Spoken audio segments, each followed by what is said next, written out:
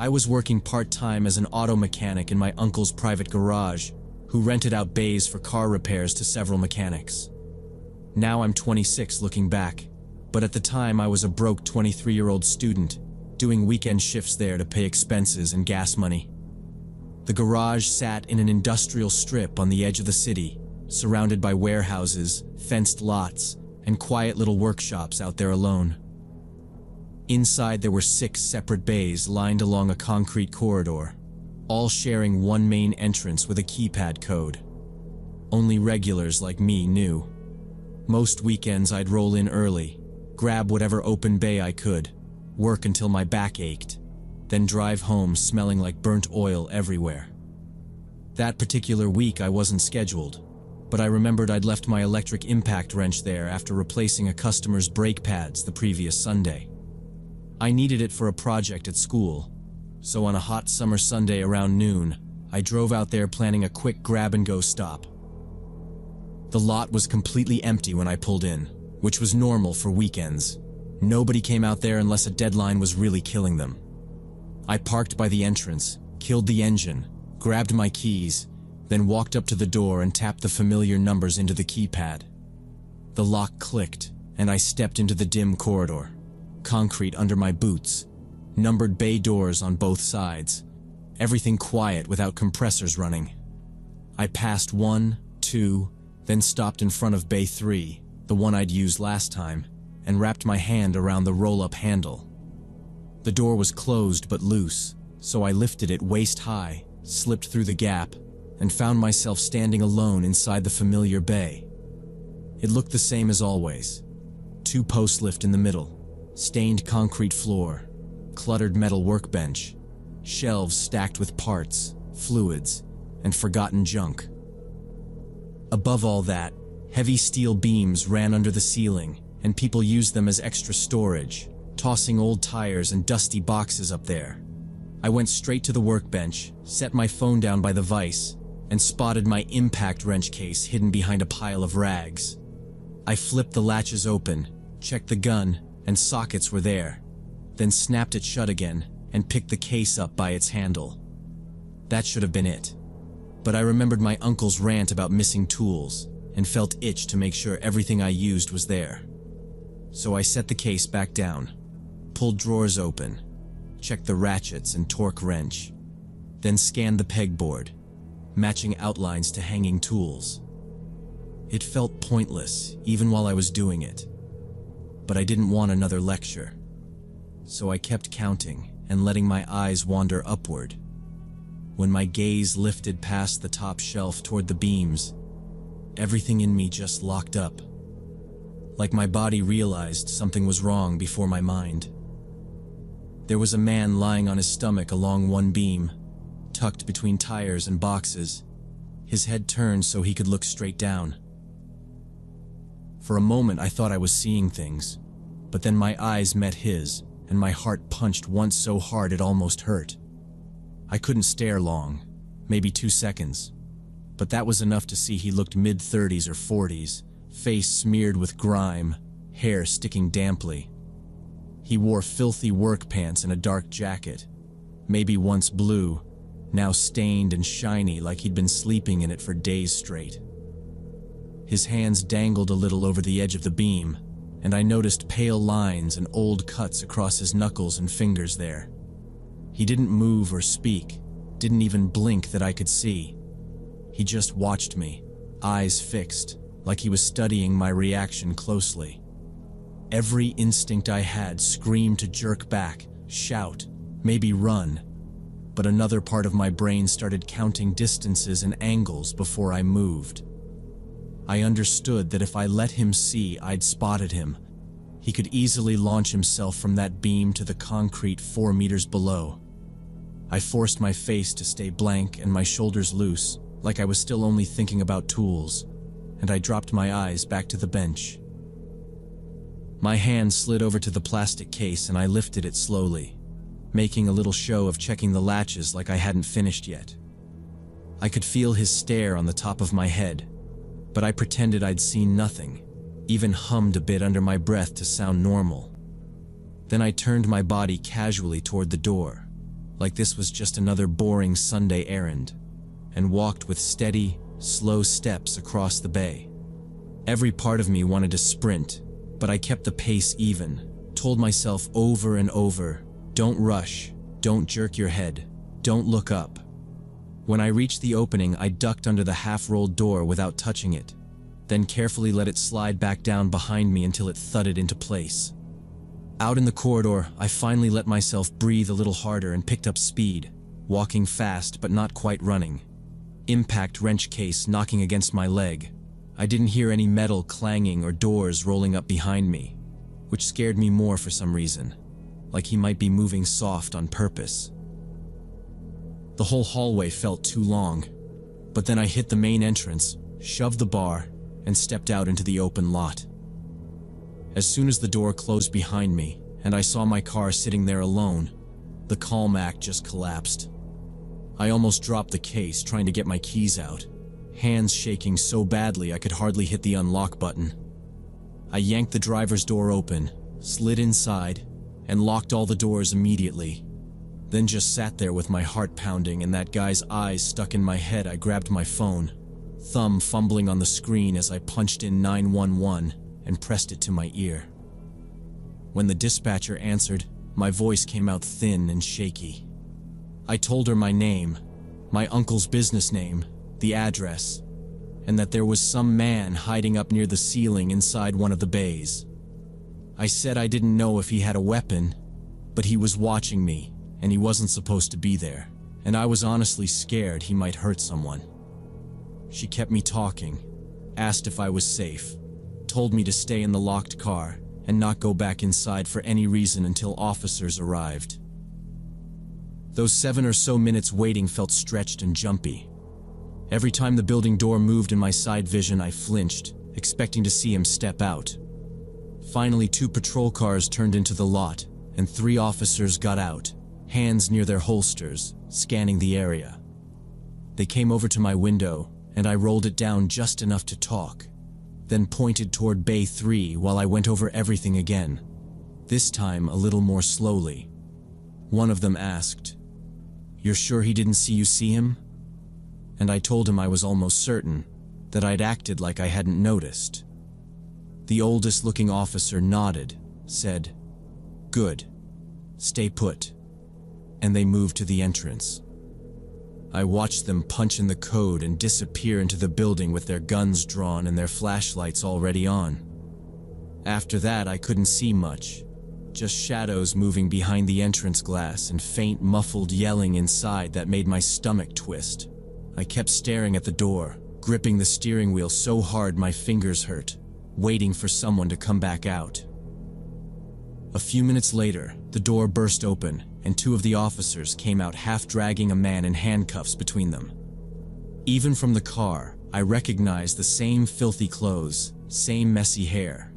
But now he was fighting, twisting his shoulders, trying to rip his arms free.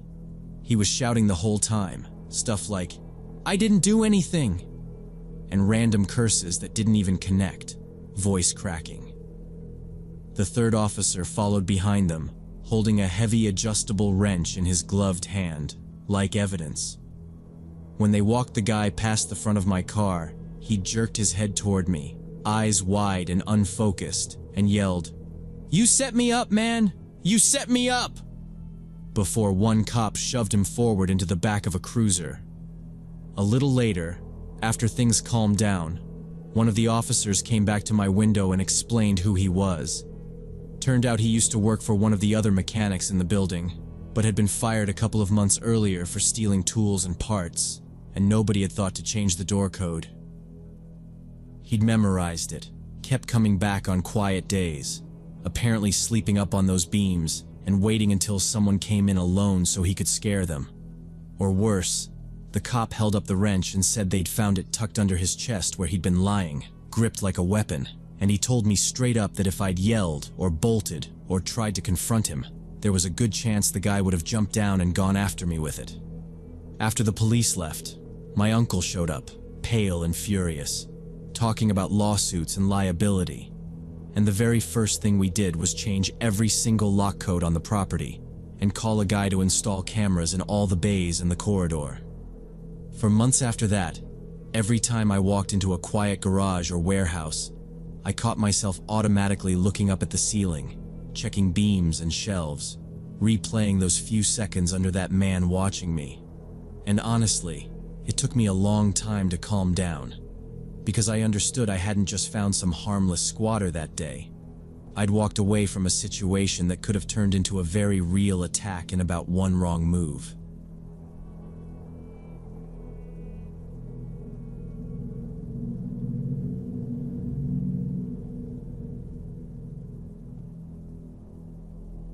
During my first year at Mesa Community College, when I was 19 and studying programming, my parents said they'd pay for tuition, but I had to earn my own spending money. I thought that was reasonable. I still lived at home, had an old beater Corolla, and mostly needed cash for gas, food, and hanging out after class. I sent applications to pretty much every place within a few miles of campus that didn't require experience. Arby's on South Dobson Road was the first one that actually responded. I filled out the online form on a Monday, they called me on Wednesday, and by Friday, I was behind the counter in a red polo, black apron, and a hat that kept sliding down over my eyes. They started me at $9.50 an hour. The general manager, Terry, trained me that first week. She showed me how to log into the register, ring in combos without messing up, wrap sandwiches tight, and constantly refill sauces, napkins, and lids so we didn't get yelled at in the middle of a rush.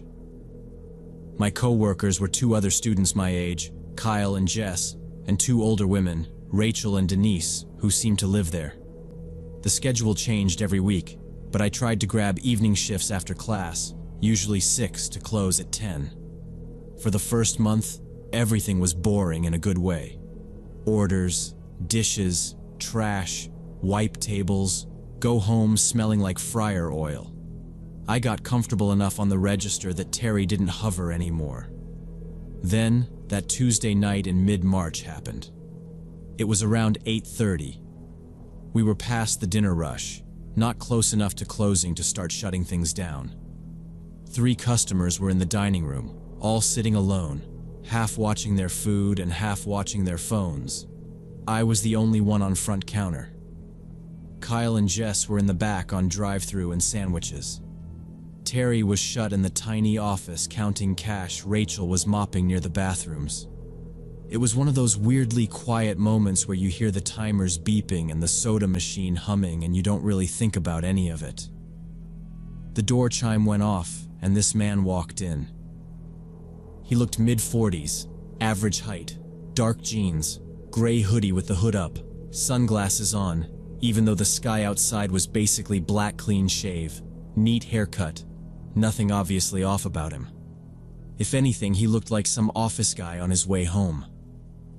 He stepped up to the counter, leaned his elbows on it like he'd been there before, and in this steady voice said, "I want a classic roast beef, large fries, and you're going to open that register and hand me all the bills." I actually let out a short laugh. We'd joked before about TikTok pranks, people fake robbing places for views, and for a second I thought that's what this was. I said something like, "Okay, sure. What drink with that?" expecting him to smile or hold up a phone. He didn't. His face didn't change at all. He just lifted the bottom edge of his hoodie a couple of inches with 2 fingers. There was a black handgun grip sticking out over his waistband. I didn't know anything about models or calibers. I just knew it wasn't plastic. The metal looked dull and used, not like a toy. My throat went tight. The 3 people eating behind him didn't react at all. They had no idea. He let the hoodie fall back into place and moved his other hand so it rested near the gun. "This isn't a joke," he said quietly. "Open the drawer, put the cash in a paper bag, quick and quiet, and nobody gets hurt." His tone was so flat it barely sounded like a threat. My hands started to shake. I remember thinking that if I screamed and he panicked, he'd start shooting and the people in the dining room would catch it first. That thought alone was enough to keep me from doing anything dumb. I hit the no sale button, and the register popped open with that normal click. It sounded ridiculously loud to me. I glanced toward the kitchen, waiting for someone to ask why I'd opened the drawer, but the beeping and talking back there just kept going. He reached over to the stack of empty food bags, grabbed one, unfolded it, and held it out toward me. I started pulling out bills, 20s first, then 10s and 5s, trying not to drop them even though my fingers felt numb. There was around 400 in there because Terry hadn't done the last pull yet. I could feel his eyes on my hands, could see his other hand resting on the gun under the fabric. "Leave the coins, just paper," he added, almost like a reminder. I left the quarters and ones. When I'd cleared out the bills, I folded the top of the bag once and held it out to him. He took it calmly, slid it into the front pocket of his hoodie, and smoothed it down like he was just putting away leftovers. For a second, I thought he'd turn and walk out the door, and that would be the end of it. But he didn't move. His elbows were still on the counter, like any other customer waiting on food. My heart was hammering so hard it felt like everyone in the place should hear it. I remember realizing that even though he already had the money, he still had a gun, and we were all still stuck in there with him until he decided he was done. He met my eyes, completely calm, and said, "Now make my order. Classic roast beef, large fries." I didn't know if he was joking or serious, but I started making the sandwich. My hands were shaking badly, the meat slid crooked, sauce spilling across the stainless counter. He didn't rush me, didn't say anything, just kept checking the kitchen doorway and windows. I wrapped the sandwich, dropped fries into the bag, added napkins automatically, slid it over. I mumbled something like, "Here you go," voice cracking, and he just nodded once calmly. He actually said thanks, totally normal tone, then turned toward the doors with the tray. I watched his hands, waiting for sudden movement, but he only pushed through and left. From the counter, I couldn't see any car waiting, just darkness over the larger lot. He walked toward the shopping center, disappeared around the side of our building, and vanished. I realized my fingers rested inside the empty drawer, like I was guarding invisible money. The register kept beeping at me to close it, that annoying sound finally snapping me. About a minute later, the office door opened and Terry stepped out holding deposit bag. She saw the open drawer first, then my face, and her whole expression tightened immediately. "What happened? Why is the register open?" she asked, already setting the bag on counter. I opened my mouth, but nothing came out, so I pointed weakly toward the doors. She stepped closer, really looked at me, and quietly asked if somebody had robbed me. I managed a nod, throat burning, and that was all she needed to start moving. Terry grabbed the store phone, dialed 911, reported armed robbery, suspect on foot, no injuries. Then she yelled toward the kitchen, told everyone to lock the door and stay inside. The restaurant went from quiet to chaotic. Footsteps everywhere, people asking questions I couldn't process. I stayed behind the counter because my knees felt loose, like they might give out. The first patrol car arrived 10 minutes later, lights flashing across the empty dining room. 2 officers came inside, checked bathrooms and storage areas, making sure he hadn't hidden anywhere. One officer guided me to a table, sat across from me, and asked information slowly. He wanted my name, age, address, how long I'd worked there, all that routine stuff. Then he had me retell everything the guy did from walking in to leaving outside. My answers sounded distant to me, like someone else was talking through a speaker somewhere. A detective arrived while we were still talking. Guy in plain clothes, straightforward and focused. He took me and Terry into the office, pulled footage, and watched the robbery silently. On screen, we watched him enter, lean on the counter, show the gun, grab money. The hood and sunglasses hid of his face, his head tilted down the whole time.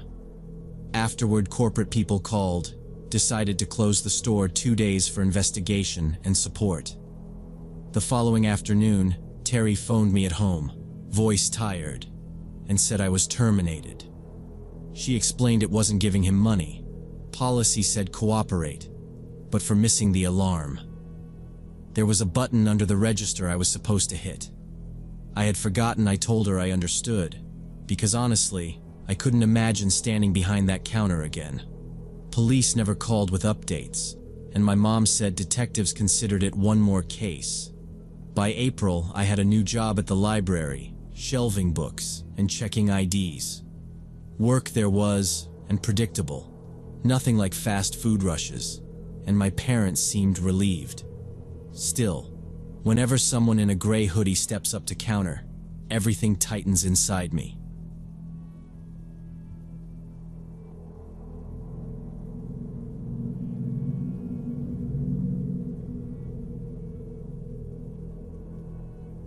The red streak on the Denny's window wasn't wing sauce, and I only realized that when the detective showed me the photos. But I'll start from the beginning. That night, I was in my usual corner booth with my laptop, finishing a feature before a Wednesday deadline. I work remote as a programmer, and my apartment gets so quiet it feels like pressure in my ears, so I end up in this Denny's on the edge of Tempe more than I should.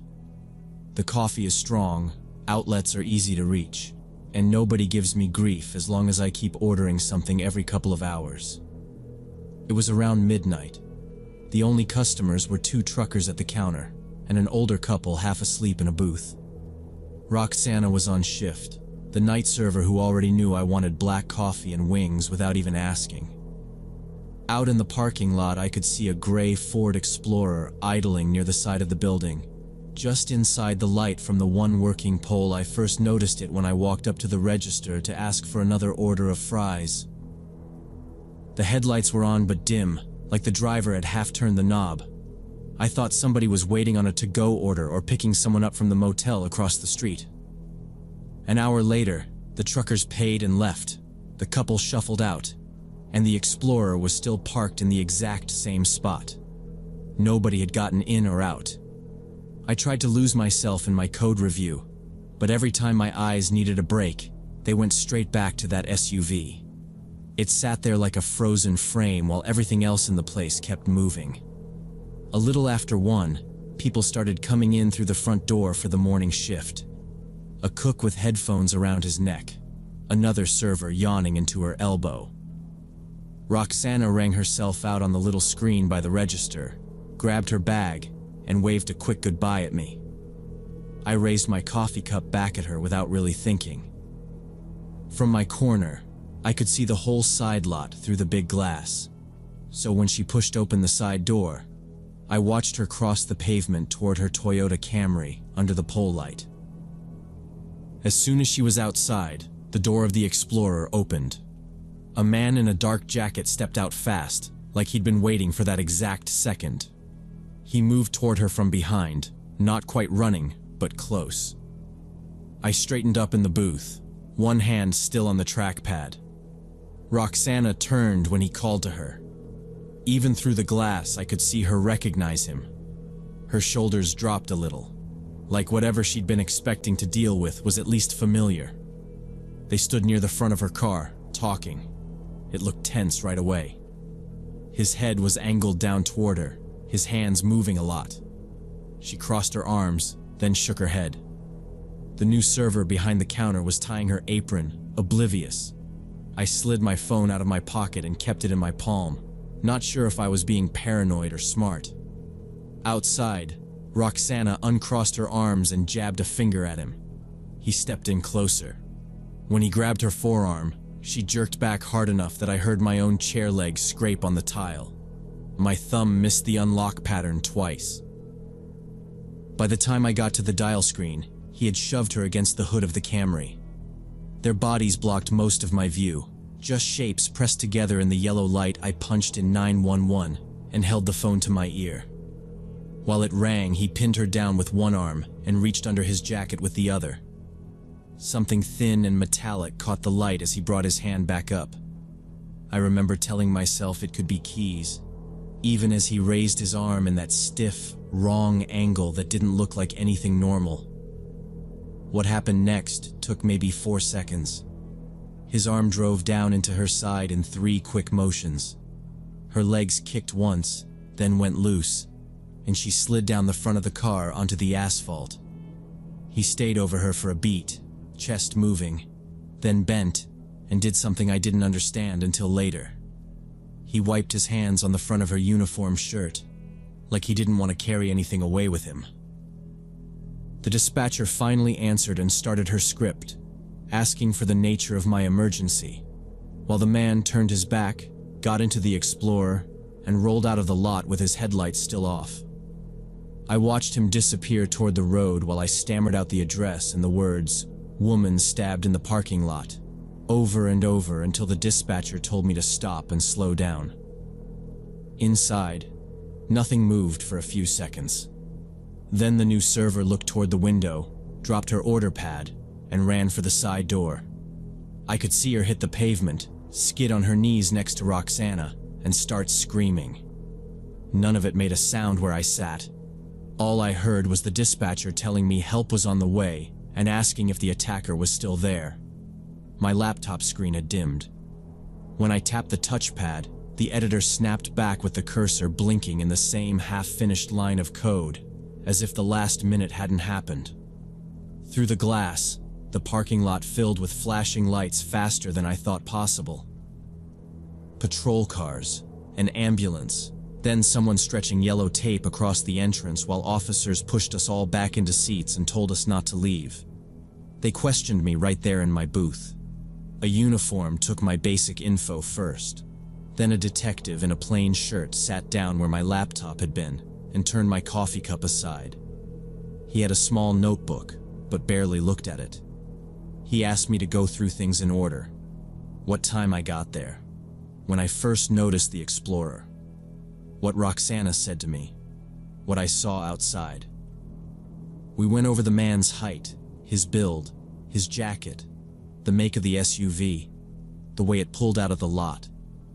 Every time he came back to the same question. Did I hear anything they said? Any shouting? Any words at all? I knew how important that would be, some phrase he could use, but all I could remember was the silent shapes on the other side of the glass. I told him the only thing I was sure of, that I hadn't heard a thing from them, not even a shout. Between us there had been thick glass. I found out more the next day from news reports. I was supposed to fix a client bug that morning. Instead, I sat at my desk, refreshing the same article. Her full name was printed there, with her exact age. Roxana Miller, 38, mother of 2 teenagers, Denny's server. They said she had worked that shift pattern for years. The picture showed her at home, holding a birthday cake. No apron, no coffee stains, just a normal, tired smile. Below the photo, the article explained the divorce and harassment. I scrolled slowly, reading every line like it was code. According to the report, her ex-husband David never accepted. For 8 months after the divorce, he kept showing up. He would sit in his car outside her house night. He appeared at school events and work breaks, cornering her. She changed the locks, twice, after finding him near porch. The article mentioned a restraining order and threats sent text. He told her she'd regret taking the house he wanted. There were arguments about selling it, splitting money, starting separately. Reading it, I could hear their parking lot conversation anyway. I still had no words, just their shapes through glass. What surprised me most was how fast they caught him. The news said officers found him 40 minutes after attack. He was checked into a cheap motel 15 miles away. He used his name, SUV parked crooked near the door. No attempt to run, no cleaning, nothing looked like planning. Seeing that in print made the thing feel even dumber. This man planned long enough to stalk, then collapsed afterward. Months later, I searched her name and found the sentencing. 2nd-degree murder, 25 years possibility of parole later. The detective called it measure of justice. It sounded hollow. The article finally mentioned the red streak I had ignored. It was not sauce. It was blood that hit glass. That line had dried while I walked past it clueless. I went back to Denny's once, days afterward, sitting alone. Inside, everything looked normal. Different server, regulars reclaiming their booths. Outside, that rusty diagonal stain still marked the front window. I realized I brushed near it while talking to officers. 3 days after, they closed place for cleaning and repairs. I stood in parking lot across the street and watched.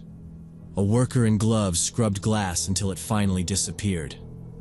I have not gone back inside that Denny's even once. After what happened, I avoid working in public at night. If I do, I never sit blind to the parking. Anytime there is a window, I keep checking outside constantly. A car idling too long, someone pacing, it jumps out. At night, my brain drags me back into that lot. I dream I stand up sooner, shout, bang on glass. Sometimes in the dream, I reach the door in time, but mostly it plays the way. I freeze, dialing slowly. In reality, investigator told me I could not change anything. He said it was over in seconds, before could react. Logically, I know that, but head rewrites the timeline anyway. I picture standing up when the argument turned into pushing. Maybe if I had moved then, he would backed off. That is the loop I run while staring at ceilings. They buried Roxana at Greenwood Cemetery a week after happened. Her kids spoke at the service, according to another article. I stared at that line for a time, feeling sick. I did not go, because I had no idea what could I say after watching her die through glass.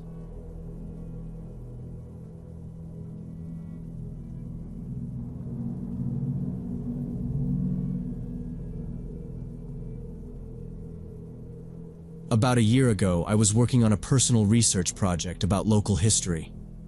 I'm not a historian or anything.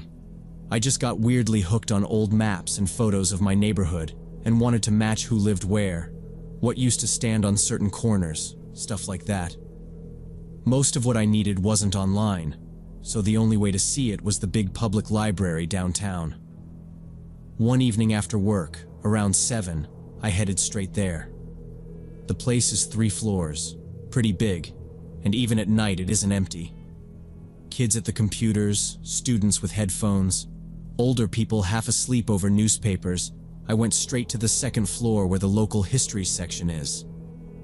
First, I sat at a catalog computer, typed in the titles I needed, and scribbled a list of call numbers on a scrap of paper. Then I walked into the stacks with that list in my hand. It was normal library quiet. I followed the labels, found the first book, flipped through a few pages to make sure it was what I needed, then tucked it under my arm and kept going. After maybe 20 minutes of walking from row to row, I turned into a new aisle and noticed a woman standing at the far end. She looked late 30s, medium height, gray coat down to her knees, dark scarf over her hair. She was turned toward the books, head tilted like she was reading the spines. Nothing about her really stood out. I squeezed past her at one point, muttered a quick, "Sorry." She didn't react, but that's pretty normal in a library, so I didn't think much of it.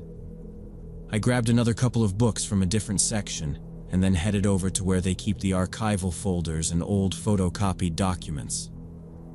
A few minutes later, I walked past the end of another row and saw her again. Same woman, now in the next aisle over, in almost the exact same position, like someone had just moved her one shelf to the side. It registered as a little off, but I told myself I was being paranoid. Same floor, same subject area, maybe she was hunting the same topic. I tried not to look again.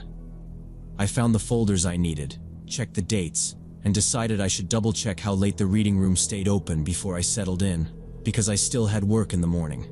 So I took my stack and went down the main stairs to the 1st floor.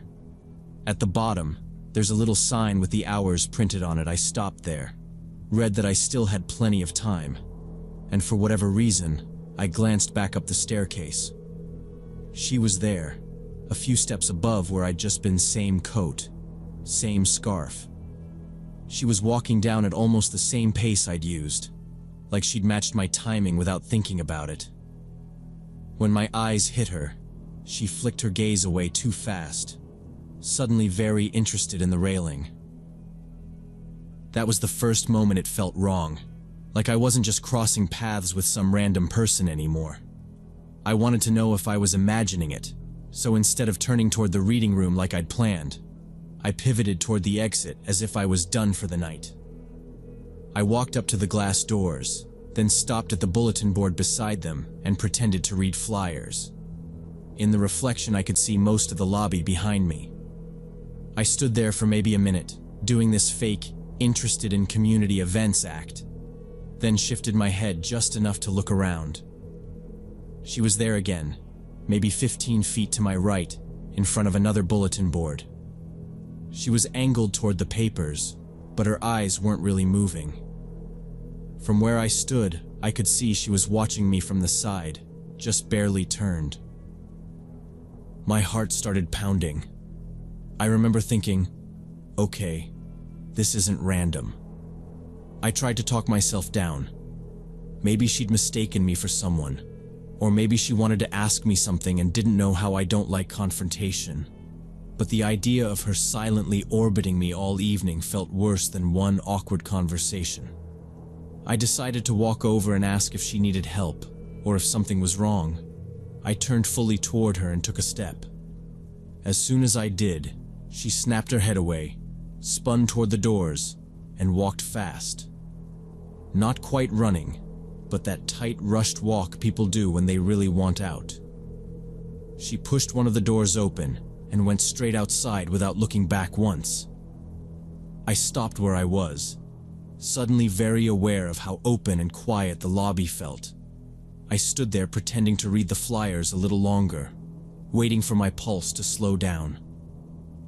After a minute, I convinced myself she'd just realized she'd been obvious and got embarrassed. People are strange, I thought, and that was the end of it. Or that was what I decided. I went back up to the second floor, picked up the books and documents I'd left on the table, slid my notes into my backpack, and headed down again. On the first floor, I spent maybe 10 minutes at the copier, making a few pages from the older documents so I wouldn't have to come back right away.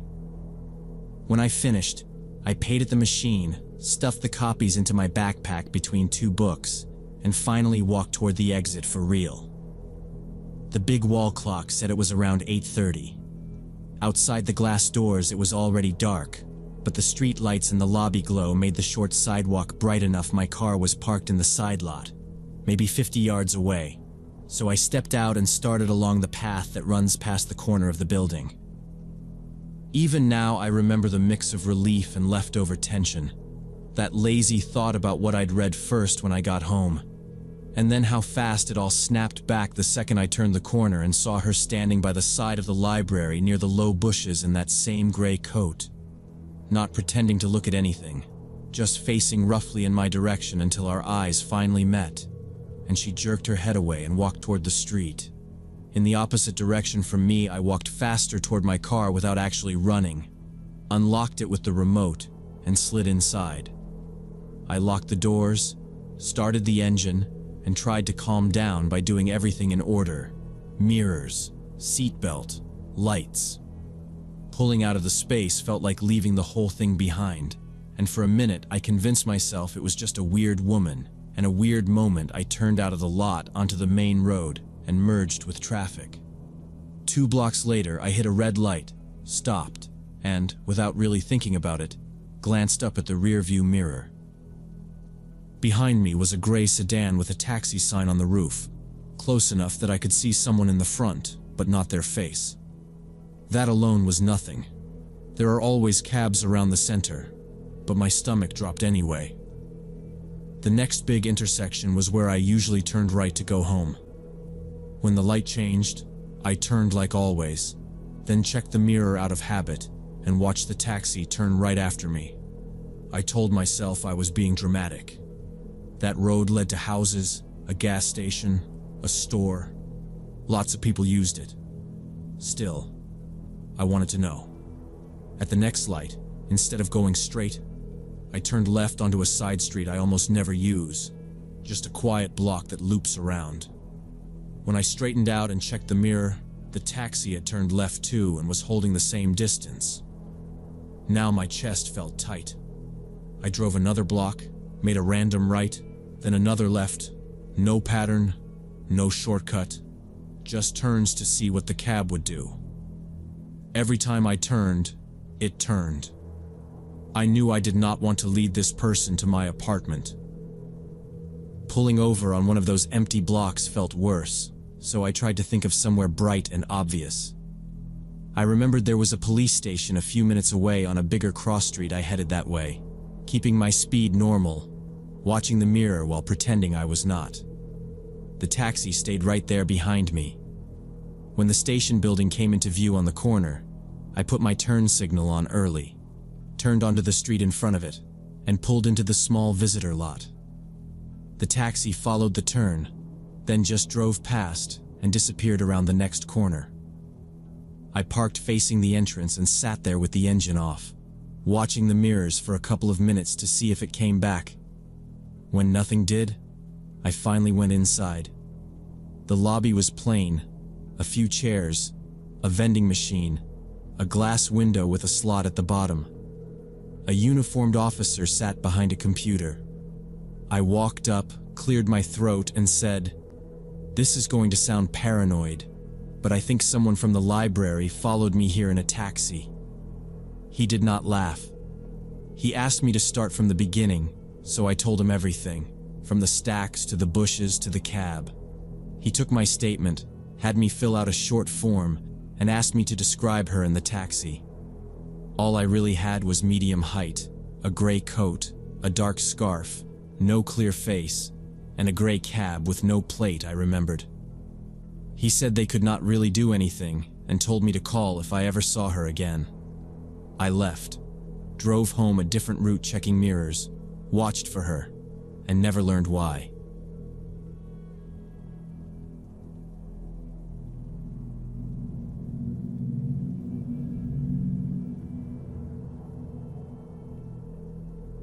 I was working as an ER nurse in Tampa when I was 26, and my shifts often ended at 2 a.m. After the really bad nights, when we lost someone or had 3 codes back to back, I hated standing around waiting for the night bus that almost never came. Walking home felt better. It was just under a mile, straight through a quiet residential area I'd walked 100 times. That night I clocked out a little after 2:30 a.m., changed into jeans and a hoodie, signed out my badge, and told the charge nurse I was fine to walk. I remember thinking about nothing except a hot shower and how much my feet hurt. The first 10 minutes were completely normal. Empty sidewalks, a couple of sprinklers hissing, cars lined tight along the curb. The streetlights gave everything that dull yellow hospital hallway glow I was used to. I wasn't jumpy. I was just worn out. I kept replaying a trauma from earlier in my head, half listening to my own footsteps and glancing at my phone every now and then out of habit. When I turned onto Elm Street, I noticed a dark sedan for the first time. It was on the opposite side of the street, moving slowly, hugging the curb. No loud music, no jerky movements, just rolling along at about my walking speed. At first, I didn't think much of it. People drive slow when they're looking for an address or messing with GPS. I told myself it was that. I shifted my bag higher on my shoulder and kept going. About a block later, I realized it hadn't passed me or turned. It just kind of floated parallel with me, a little ahead, then a little behind, like whoever was driving was unconsciously matching me. I got that small electric jolt in my chest you get when your brain quietly says, "Hey, pay attention." I forced myself to stay casual, gave one quick side look. All I could make out was a dark shape behind the wheel and tint on the windows. No clear face, nothing obvious. I looked forward again. At the next intersection, I turned right like I usually did. The sedan rolled a few feet past the corner, then made the same turn, ending up behind me now instead of beside me. Not super close, maybe 60 feet back, but centered in the lane, headlights on my back. My stomach flipped. Normal people don't copy some random woman's turn at almost 3 a.m. for no reason. I sped up a little so my breathing changed, but I tried to keep my body language calm. In my head, I decided I needed to know if this was in my head or not. At the next corner, I took a left onto a narrow side street I basically never used at night. It dead-ended by some townhouses. It made zero sense as a shortcut to anywhere. If they followed me there, it was deliberate. The sedan turned left after me. My heart started pounding so hard I could feel it in my throat. I forced my shoulders to stay loose because I didn't want to look like prey. I pulled my phone out, unlocked the black screen, held it to my ear, and said, loud enough to carry, "Yeah, I'm almost home. Yeah, meet me at the door in 2 minutes." Then I added a fake little laugh, like someone was actually waiting. Nothing changed. The car didn't speed up, didn't peel off, just held the same distance, engine low and steady. I reached the end of the side street, turned again, basically looping myself around the block. There was absolutely no normal reason to follow that pattern unless you were watching me. The sedan turned again too, same smooth turn, like it was attached to me by a rope. My mouth went dry. That was the moment it stopped being maybe and became, okay, this is real. I started scanning ahead fast, looking for anything open. On the corner of the next block I saw it, a little 24-hour convenience store, lights on, bright sign lit. I locked onto that like a lifeboat and headed straight for it, cutting across the crosswalk without even checking the light. I didn't run, but every step felt heavy. As soon as I walked inside, the glass door hissing shut behind me, I glanced back through it. The sedan rolled forward and stopped directly across the street from the store, nose pointed toward the entrance, engine still running. It just sat there. There was one employee behind the counter, a skinny guy who looked maybe 22. I went straight up to him, keeping my voice low but steady. "Hey, I need some help. That car out there has been following me for a while," I said. "I think somebody's watching me." I pointed toward the window without turning all the way around. His expression changed immediately. He leaned to look, then grabbed the store phone. He called the police right away, repeating what I'd told him, then said, "You can wait in the back if you want, just in case." I said yes. From the open doorway into the stockroom, we could still see the front window. The sedan stayed there, idling, for what felt like forever. He checked the clock and muttered that it had been about 7 minutes. Finally, it eased away, slow and casual, and disappeared down the street. Roughly 10 minutes after that, a police cruiser pulled into the lot. The officers came in, asked us to walk through everything, and the cashier rattled off the license plate number from memory like he did it every day. They wrote it down, took my statement and what little description I could give, and then insisted on escorting me the rest of the way home. I remember walking into my apartment with 2 armed cops and realizing how easily that night could have gone another way if that store had been closed. I honestly thought it would end there. Just a creepy, maybe stalker story I'd tell coworkers later. But a week later, an investigator called me and asked if I could come down to the station. In a small office, he told me they'd run the plate, and the car belonged to a man with 2 prior charges for stalking women, same pattern as mine. He would trail them after late shifts and hang around near their houses, and in one case he had tried to grab a woman near her front door. They arrested him off my report, but he kept saying he had just been driving in the same direction, and because there was no camera footage of that night or any physical contact with me, the most they got out of it was a restraining order and a fine. I was disappointed with how little actually happened to him, but I was also honestly grateful anything happened at all. It was a weird mix. part of me kept looping back to the same thought.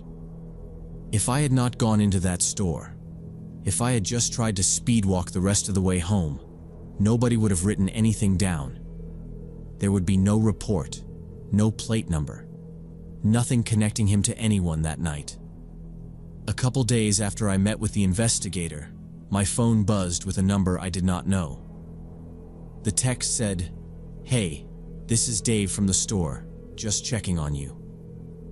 For a second, my stomach dropped, because I had been waiting for some kind of bad news, another call from the police. Then I remembered we had traded numbers in case court needed us. I sat there on my couch, uniform pants still on, staring at that message longer than I should have before I wrote back that I was okay, just tired, and thanked him again for stepping in that day. We ended up texting on and off that whole week, not in a romantic way, just two people trying to calm down after something that had scared both of us. He admitted he had been pretty shaken that night, that he had never had to call the police for anything serious before. I told him I kept replaying the walk in my head, trying to see the exact second I should have realized I was being followed. I kept saying, "I should have taken a picture of the car," or "I should have called someone as soon as it felt off." He kept telling me the same thing. "You did the right thing. You went somewhere public. That is why you are okay." I knew that, but I still felt dumb for not thinking to use the camera in my hand on that street. After that, I never walked home after a shift again.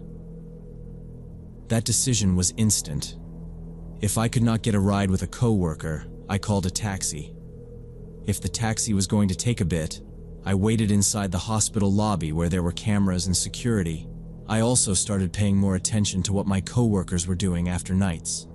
If someone said they were going to walk, I pushed a little, asked if they wanted to split a ride, or at least asked them to text when they got home. It was not about being paranoid. It was just knowing how fast a normal night could tilt sideways after long shifts. The thing I regret most from that night is still the same. Not snapping a photo of the sedan when I had the chance. I would lie there in bed thinking about the moment I had my phone at my ear, pretending to talk, and how I could have just lowered it and hit the button. But then I remember how focused I was on not showing my fear, on not letting whoever was driving see that I had noticed him. When you are scared, your brain shrinks down to one task: get safe. People online love to say what they would have done. In reality, you do what you can with the pieces your mind is holding on to in that second, in that empty, quiet street. There is one image that still sticks with me harder than the rest. It is not the walk, or even the inside of the police station. It is standing just inside that store, looking through the glass and seeing the sedan sitting across the street, engine running, not parking, not leaving, just there. Every time I think about it, I picture him sitting there, weighing his options. And that is the part that bothers me the most, that he was actively deciding whether it was worth the risk to come after me while I watched. Later, during one of our text conversations, Dave told me something that made my skin crawl again. He said he had seen that same sedan before I walked through the door. It had gone past the store, then come back the other way minutes later, like it was circling the block. At the time, he did not think much of it, because people cut through that lot and used the corner to turn around there. He said the guy behind the wheel looked totally normal. That was the word he kept repeating. Normal. No wild expression, no obvious drunk sway, just a man sitting there, hands on the wheel, staring straight at the entrance. Reading that made me feel cold all over. You grow up assuming danger is going to look obvious, that there will be some sign. But people like that blend right in. They are in line behind you buying snacks. They are parked on your street. They are just driving in the same direction, until suddenly they are not. The investigator told me I was lucky in a way that did not feel good. He mentioned one of the man's other victims, another woman leaving a late shift, except she had not been anywhere near an open store. He tried to grab her near her building. She fought like hell, scratched him up, and ran. And by the time officers got there, he was gone. Hearing that made everything feel heavier. It was not random that he followed me. This was a routine for him, something he had done before and was willing to do again. That is why I tell this story so much now. Especially to younger nurses and techs starting nights, I probably sound like someone's overprotective aunt, but I do not care. I tell them to walk in groups when they can, to call rides, not to talk themselves out of that first bad feeling because they are worried about overreacting. I tell them not to take shortcuts through side streets just because they are tired. If your gut tells you something is off, get somewhere public and call for help, even if you end up feeling silly later. Embarrassment fades. The other outcomes do not. Knowing how close I came and how many tiny choices lined up in my favor that night keeps me alert every time I step outside after dark. And if sharing all of this makes even one person stop and listen to that instinct, then it is worth repeating.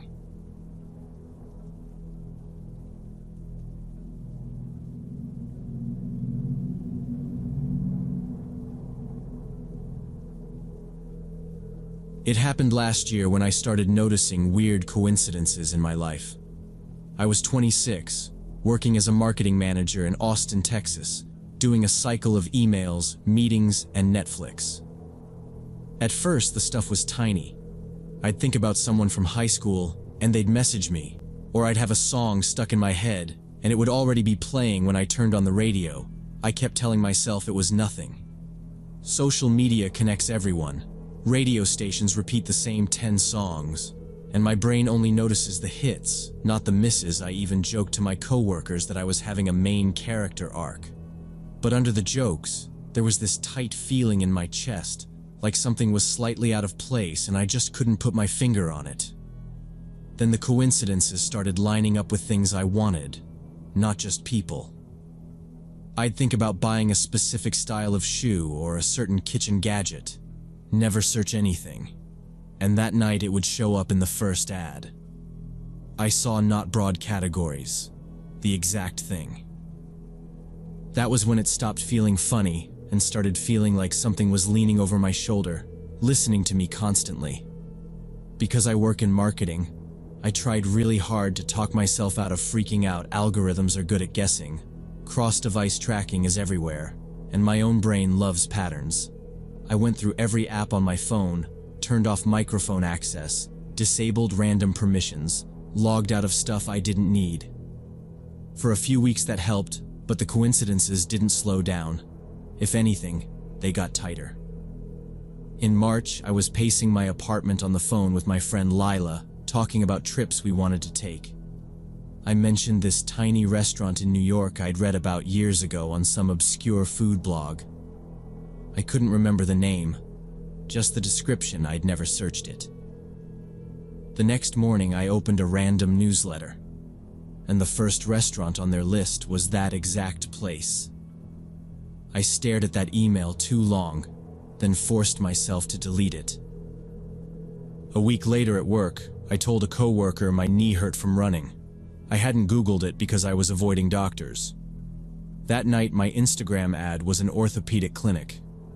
After that, I started dreaming about unfamiliar places and then seeing identical photos online. So I opened a note titled Coincidences and began logging everything. By the end of that month, there were more than 20 entries in the note. Seeing them listed like that made my stomach drop. It didn't look like random hits anymore. It looked like something mapping onto me. One night at my boyfriend Evan's place, while we were making pasta, I finally told him everything and showed him the list on my phone. He laughed but knew I was serious. He said phones are always listening. Advertisers know everything. And it was creepy but normal, not magic. When I didn't look convinced, he suggested an experiment. Turn off microphone access for every app, leave my phone somewhere else, and talk about something I'd never searched. If the ad still found it, then we'd know it was more than just lazy paranoia. I agreed, to prove him right and calm myself. That weekend we did it. We killed every microphone permission, left my phone powered on, but sitting on my dresser, and I drove to his place with just my keys and wallet. There we picked something random. I said I wanted to learn the ukulele. We joked about it for a while and then dropped it. No phones or smart speakers anywhere near us. It felt silly, but also necessary. 2 days later, my first YouTube ad at lunch was for ukulele lessons. My history was clean, and Evan suddenly stopped joking. He wanted a second test, so we picked the phrase, medieval manuscripts, and repeated it with my phone left at home. 3 days later, an ad for a paleography course appeared at work, and I actually started panicking, because if it wasn't my phone, then what was it? I went into full damage control mode after that paleography ad. I checked my laptop for viruses and spyware, ran every scan I could find, even some sketchy free tools I normally wouldn't touch. Nothing showed up. My phone scans came back clean too. I changed every password, turned on two-factor for everything, and logged out of any account I didn't absolutely need. It kept my hands busy, but the tight feeling in my chest didn't go away. At night, I started reading about surveillance and data collection, the long technical articles that usually make people's eyes glaze over. I read about how apps track location, how ad networks build profiles, how microphones can be triggered. A lot of it matched what I already knew from working in marketing. But when I compared it to my list of coincidences, it still didn't fit. My stuff was too specific, too fast. Even knowing all the tricks, I couldn't see a normal path from my behavior to those results. Then something happened that had nothing to do with any device. My mom called me in April and said she'd been cleaning out the attic and found a box with my old drawings and letters from elementary school. She sounded amused, said she'd mail me a few because they were cute and ridiculous. I didn't think much about it until an envelope showed up with a small stack of wrinkled notebook pages in childish handwriting. Most of it was normal kid nonsense, but one letter made my hands go cold. It was dated 2005 and addressed to future me. In it, 8-year-old me wrote about a dream where I was grown up, working in a big city in an office with glass walls, and I had a dog named Luna who slept under my desk. I read it twice, then checked the date again. In 2023, I was working in Austin, in a glass-walled office, and 2 months earlier, I had adopted a dog and named her Luna. I had no memory of that dream or that letter. None. I don't remember ever writing to my future self. I sat at my kitchen table staring at that page for a long time, trying to reach back in my head for any trace of it, and getting nothing. That night I took the letter to Evan's place. I didn't explain right away, I just handed it to him. He read it, laughed, and said something like, "This is weirdly on brand for you." Then he looked at the date, touched the paper, and you could see the joke die on his face. The page was old, slightly yellowed, full of spelling mistakes. It wasn't something you fake in an afternoon. We sat there going back and forth. His first thought was that maybe my mom was messing with me. I told him she didn't even know my office had glass walls, and she definitely didn't know the name of my dog. The next idea was that I'd read the letter sometime in the past, forgotten it, and the memory sat hidden until it shaped my choices later. That at least sounded possible. It would mean my own brain had been nudging me quietly for years. But I still couldn't remember ever seeing that letter before. The whole thing felt like one more item thrown on top of a pile that was already too high. When I got home, I opened my coincidences note and added the letter as a new entry. Then I scrolled through everything from top to bottom, all the way back to the first song on the radio. Seeing it all laid out like that made me feel less like someone dealing with random weird luck, and more like someone trapped in a setup they didn't agree to. Since the letter, I've been moving through my life like I'm handling something fragile. I still go to work, walk Luna, see Evan, talk to my friends. From the outside, I probably look normal. Inside, I'm tracking every thought, every small wish, every offhand comment. I stopped talking about personal plans anywhere near my phone or laptop. I started writing things down on paper instead of in notes apps. Simple stuff like buy new running shoes or maybe take a weekend trip, and then hiding the paper in a drawer. Even doing that, the coincidences haven't really stopped. Some weeks there are only one or two, some weeks there are several, but they keep showing up just close enough that I can't fully relax. Since then, I've been living with this steady sense that something is off about reality itself. Either there is a level of surveillance and manipulation we don't know about yet, or there is some other process at work that connects thoughts, memories, and future events in a way I don't understand. I've gone back and forth 100 times on whether this is just me losing it, building a pattern in my head because I'm anxious and paying too much attention. Or maybe we really are being watched and nudged a lot more closely than any of us think. I don't have an answer. All I know is I can't shake the feeling that my thoughts aren't private anymore, that they're being read and used by something or someone I can't see.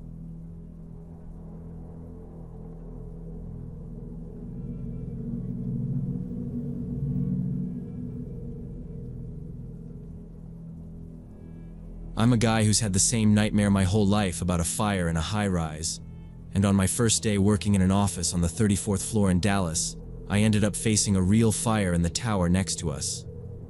When the smoke started seeping through the office vents, I knew my recurring nightmare had finally crossed over into real life. I've been having those dreams since I was a teenager, not frame for frame identical, but always the same idea. I'm high up in some tower, looking out at another skyscraper, and somewhere on the middle floors I see flames punching through the glass. In the dream, I always know it's that nightmare again. I tell myself, no, this time it's real. You have to move. Find the stairs. Don't waste time. And then I either wake up or jolt myself awake reaching for a door that isn't there. They stuck with me through exams, first jobs, breakups, the usual stuff. After a while, I treated them like background noise, just one more weird thing my brain did. I'm pretty skeptical by nature, so prophetic never crossed my mind. Still, when I started job hunting that year, I noticed I kept scrolling past postings that mentioned panoramic views and top floors. I told myself it was because I hate crowded elevators, not because of some dream. Then this financial company called with a solid offer, good benefits, actual stability. Saying no because the office was in a downtown high-rise would have been insane. August 15th, 2016 was my first day. I was 38, overdressed in a suit that already felt too warm by the time I crossed the plaza. Dallas heat pressed in even that late in the day. The AC upstairs was doing its best, but you could still feel the thick air. Orientation started around noon and just kept going. HR talked policies, IT walked us through logins, some VP gave a speech about joining the family. By a little after 6, there were maybe 5 of us left in the conference room with Carol from HR, who kept laughing and saying, "I promise I'll get you out of here soon." Our department space was on the east side of the floor. Floor-to-ceiling windows looked straight out at another glass tower across the corporate center. Carol pointed at it while we were walking past, told me a big law firm was over there, joked that we'd know when their bonuses hit because their parking lot turned into a luxury car show. While she talked, I caught myself doing this habit I have now in any tall building. Clocking the green exit signs, counting the doors to the stairwell, making a mental map. I wasn't expecting disaster. It just made me feel calmer. I was at Carol's desk, going over health insurance options, when I noticed this oily orange reflection moving across the glass wall behind her. At first, I assumed sunset, but then I remembered the sunsets on the other side of the building, and we'd already lost the direct light an hour earlier. The color kept shifting. I actually stopped mid-sentence, walked over to the window, and looked at the neighboring tower. Fire was already blowing out of several busted windows about 6 floors below us. Flames were curling out into the open air, then whipping upward along the building's skin. Black smoke poured up and sideways at the same time. For a second, my body did that thing it does in the dream, this frozen recognition. Then Carol stepped up beside me, saw it, and just whispered, "Oh my God," with her hand over her mouth. That tiny, normal reaction snapped everything into focus. This wasn't my brain. This was right across from us. Within what felt like seconds, sirens started up below. First one, then several overlapping through office windows in that tower. I could see people on other floors moving fast, some backing away, some just staring down at the burning level. Somewhere behind us, someone yelled that we needed to move away from the windows. Another voice said the fire department would handle it and we should stay calm. The alarms in our own building hadn't gone off yet, and there was this awful limbo where everybody just waited to be told exactly what to do.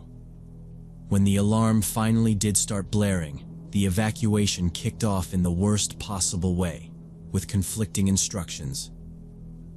A manager near the elevators shouted that protocol said to shelter in place unless told otherwise. A security guard at the end of the hall yelled back that elevators were shut down and everyone needed to use the stairs now. People started packing up laptops and grabbing bags even as they moved. I remember looking from the glowing red exit sign over the stairwell door back to the fire across the gap and feeling this cold line clicking through. High rise, fire outside, me on a mid-30 floor heading for the stairs.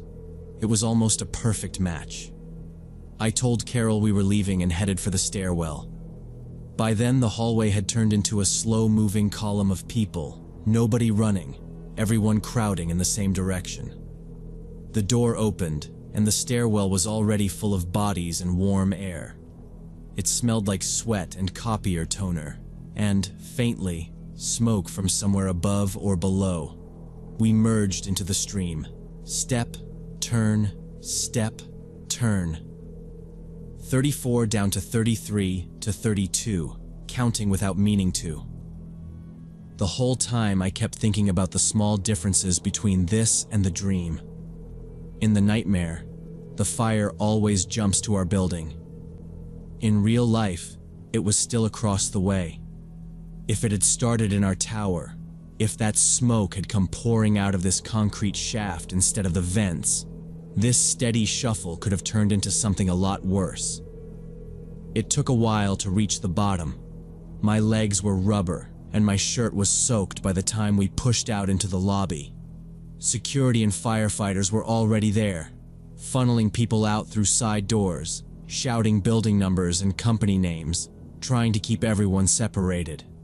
Outside, the heat from the day had finally started to break, but the air had this burnt chemical edge to it. I got Carol over to a group from our floor, told her I'd text once I found my car, and slipped out toward the far end of the lot. From my car window, I could see almost the entire side of the neighboring tower. Ladders were up, hoses arcing, whole sections of the building soaked.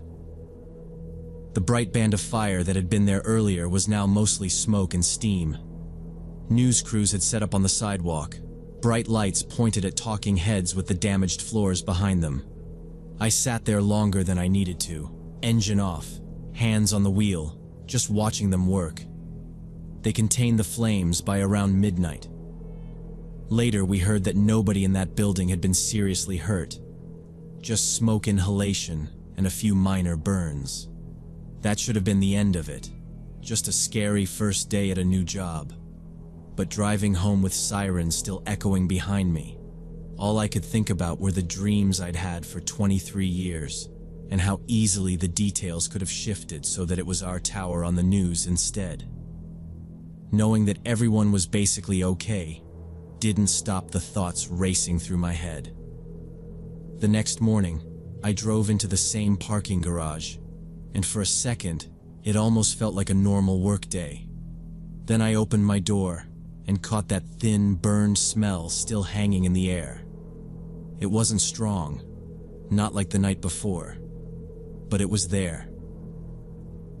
When I stepped out onto the plaza and saw the other tower in daylight, my stomach dropped. A whole vertical strip of windows was just black. Some were boarded over. Some were empty frames with twisted metal and little triangles of glass still clinging to the edges. You could see exactly where the fire had climbed. Our lobby looked mostly normal. The elevators were running, the coffee line was full, people were talking about traffic and kids and deadlines. There was some tape near one entrance and a couple of extra security guys, but if you hadn't seen the smoke, you'd think it was just a busy morning. That part messed with me. The speed of it. Last night, sirens, flames, people packed into stairwells.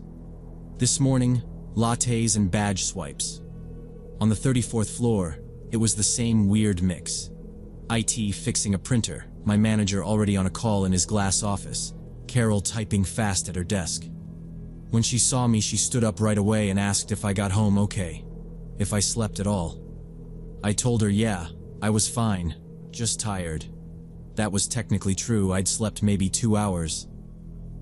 The rest of the night I lay there with my eyes open, running through that staircase in my head and waiting to hear an alarm that never came. I had zero intention of telling anyone about the dream thing. It sounded insane even to me, and I'm the one who lived it. But about an hour into the day, I ended up by the east windows with a little group from our floor, all of us staring at the burned-out section across the plaza. People traded guesses about the cause. Someone said break room. Someone else said electrical. Nobody really knew anything concrete yet. Carol was quiet for a long time. Then she looked over and asked, "You really were the first one who saw it, right?" I told her I'd noticed something weird in the reflection on the glass wall and went to check. She just kept watching me like she was waiting for whatever came next. So I gave her a safe version. I said I'd had this recurring dream for years about being in a tall office, looking out at another tower on fire. And maybe that was why the reflection bothered me so fast I didn't mention the floor height lining up, or the angle of the flames through the windows, or the exact same feeling in my chest when I turned toward the stairs. I just said, "Guess my brain filed it in the same folder." I was ready for her to laugh or make a joke, but she didn't. She just nodded and said, "Well, whatever it was, good thing you looked," and went back to her desk. The rest of the day was all emails and memos, safety procedures, evacuation reminders, counseling resources, official wording that took this chaotic, loud, terrifying thing and turned it into the incident at the adjacent property. Every time I tried to focus on a form or a training video, my eyes drifted to those charred windows. And every time I looked, the same thought came back. 23 years of the same basic dream, and my first day in this office ends with me watching almost the exact scene play out, down to the time of day, and the need to hit the stairs. I kept telling myself it had to be coincidence, that lots of people dream about fires, tall buildings, disasters. But saying it and believing it were two completely different things. I still work in that building 3 years later. Sometimes, when I'm bored in a meeting or waiting on a spreadsheet to load, I'll end up at those same east-facing windows, looking over at the law firm tower. On the surface, it's all fixed now. Clean glass, polished facade, people back at their desks. If you didn't know, you'd never point to those floors and say, "There, that's where it burned." But I can't unsee it. My brain fills the flames back in every time. At some point during that first year, I went down this rabbit hole online about prophetic dreams, precognition, all that stuff. I read articles and a couple of studies that either leaned hard into mystical explanations or tore the whole idea apart with statistics. Most of the reasonable ones boiled down to the same thing. We dream about a lot of random scenarios. We live through a lot of random events, and sometimes the shapes overlap. You remember the overlap and forget the thousands of misses. The logical part of my brain grabbed onto that. It made sense. Big city, lots of high-rises, fires happen. People have anxiety dreams about danger all the time. Eventually, someone's going to have a story like mine. But there's this other part of me that I can't shut up. Especially when it's 2 in the morning and I'm just lying there awake. That part keeps thinking about the timing. 23 years of the same nightmare coming and going at random. Always the same setup. Always the same push to find the stairs. Then one night the real scene finally matches it, almost detail for detail. And the dreams stop. Not slowly fading out. Not showing up less often. Just done. I haven't had that nightmare once since the fire. Most days, I file it under weird but explainable and focus on normal stuff like deadlines and bills and whether I packed lunch. On the nights when my brain won't quiet down, though, I catch myself wondering if that whole string of dreams was nothing, just noise, or if it was some kind of rehearsal for one specific day that finally arrived. And now I'm just waiting to find out what I'll only recognize the next time when I'm already standing in the middle of it.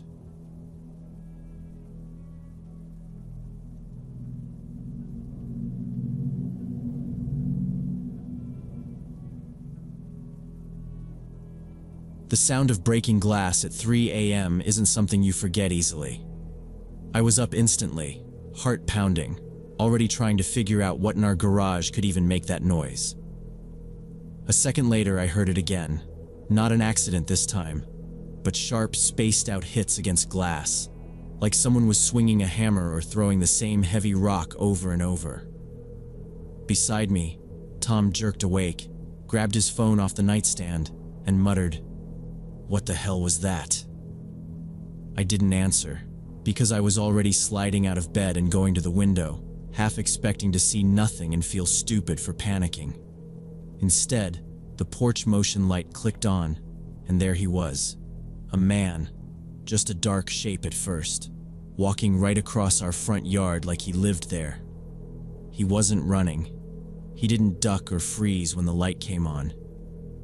He just kept going, slow and steady, head turning toward each downstairs window like he had a checklist he was working through. I whispered for Tom to call 911, and I could hear him already talking to the dispatcher, voice tight but calm, in that way he gets when he's scared and trying not to show it. I watched the guy move from the dining room window to the one by the living room, palm resting casually on the glass each time, testing the frames. The way he did it was what got to me. It wasn't clumsy. It was practiced. Familiar. It hit me all at once that this probably wasn't the first time he'd walked around this house in the dark.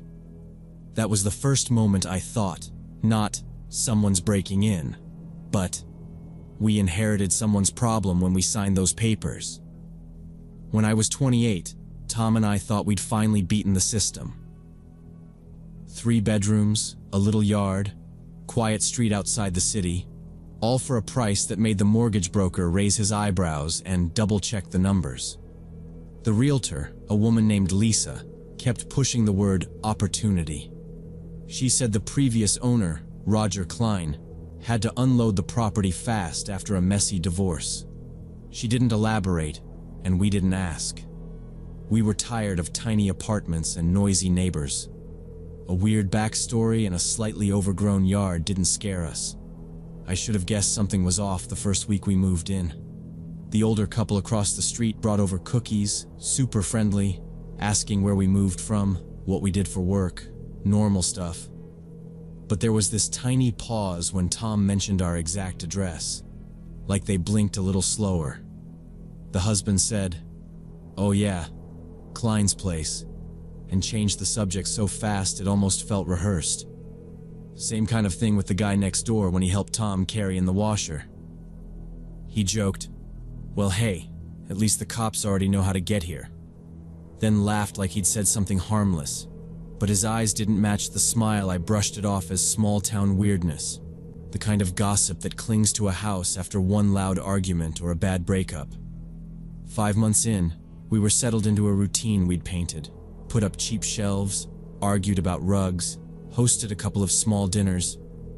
The house finally felt like ours, not like we were crashing in someone else's life. The mail that still showed up for Roger went straight into a drawer to deal with later. I stopped noticing the way people reacted when we gave our address. It was just background noise. Then came that night, and suddenly it felt like we'd never really been alone there at all.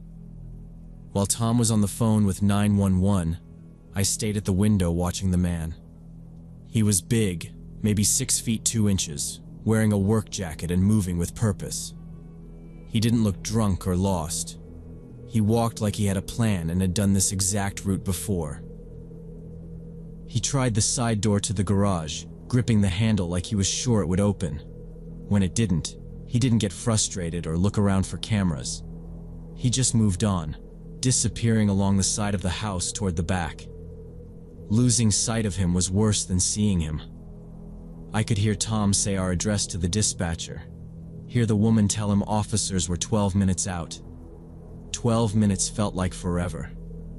After that, I had to follow him by sound. A faint clatter from the basement door. A dull thump, like a shoulder testing the frame instead of a fist.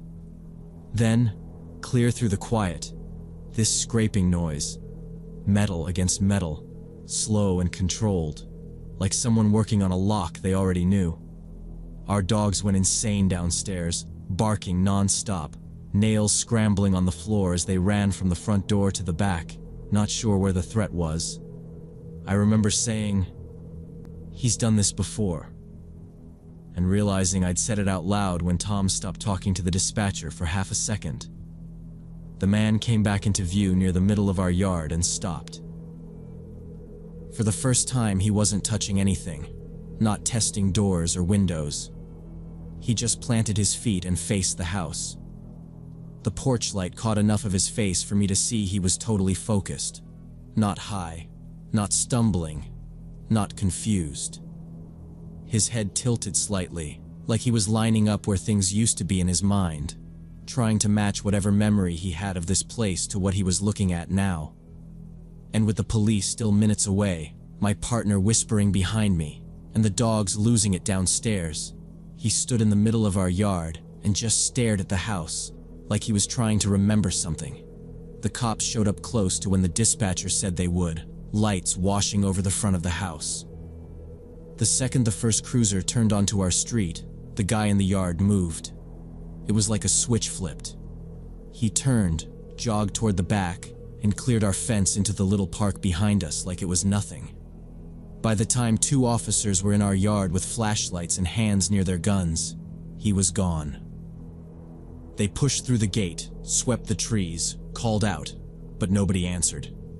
One officer came inside to take statements, while the other kept going around the house, checking windows and doors, stopping to look closely at the garage and the basement door like he was trying to picture how the guy had worked his way around. In the morning, we finally saw everything in daylight. The garage window was smashed, glass over Tom's tools, and the floor. The frame around it was bent in, like it had taken more than one hit.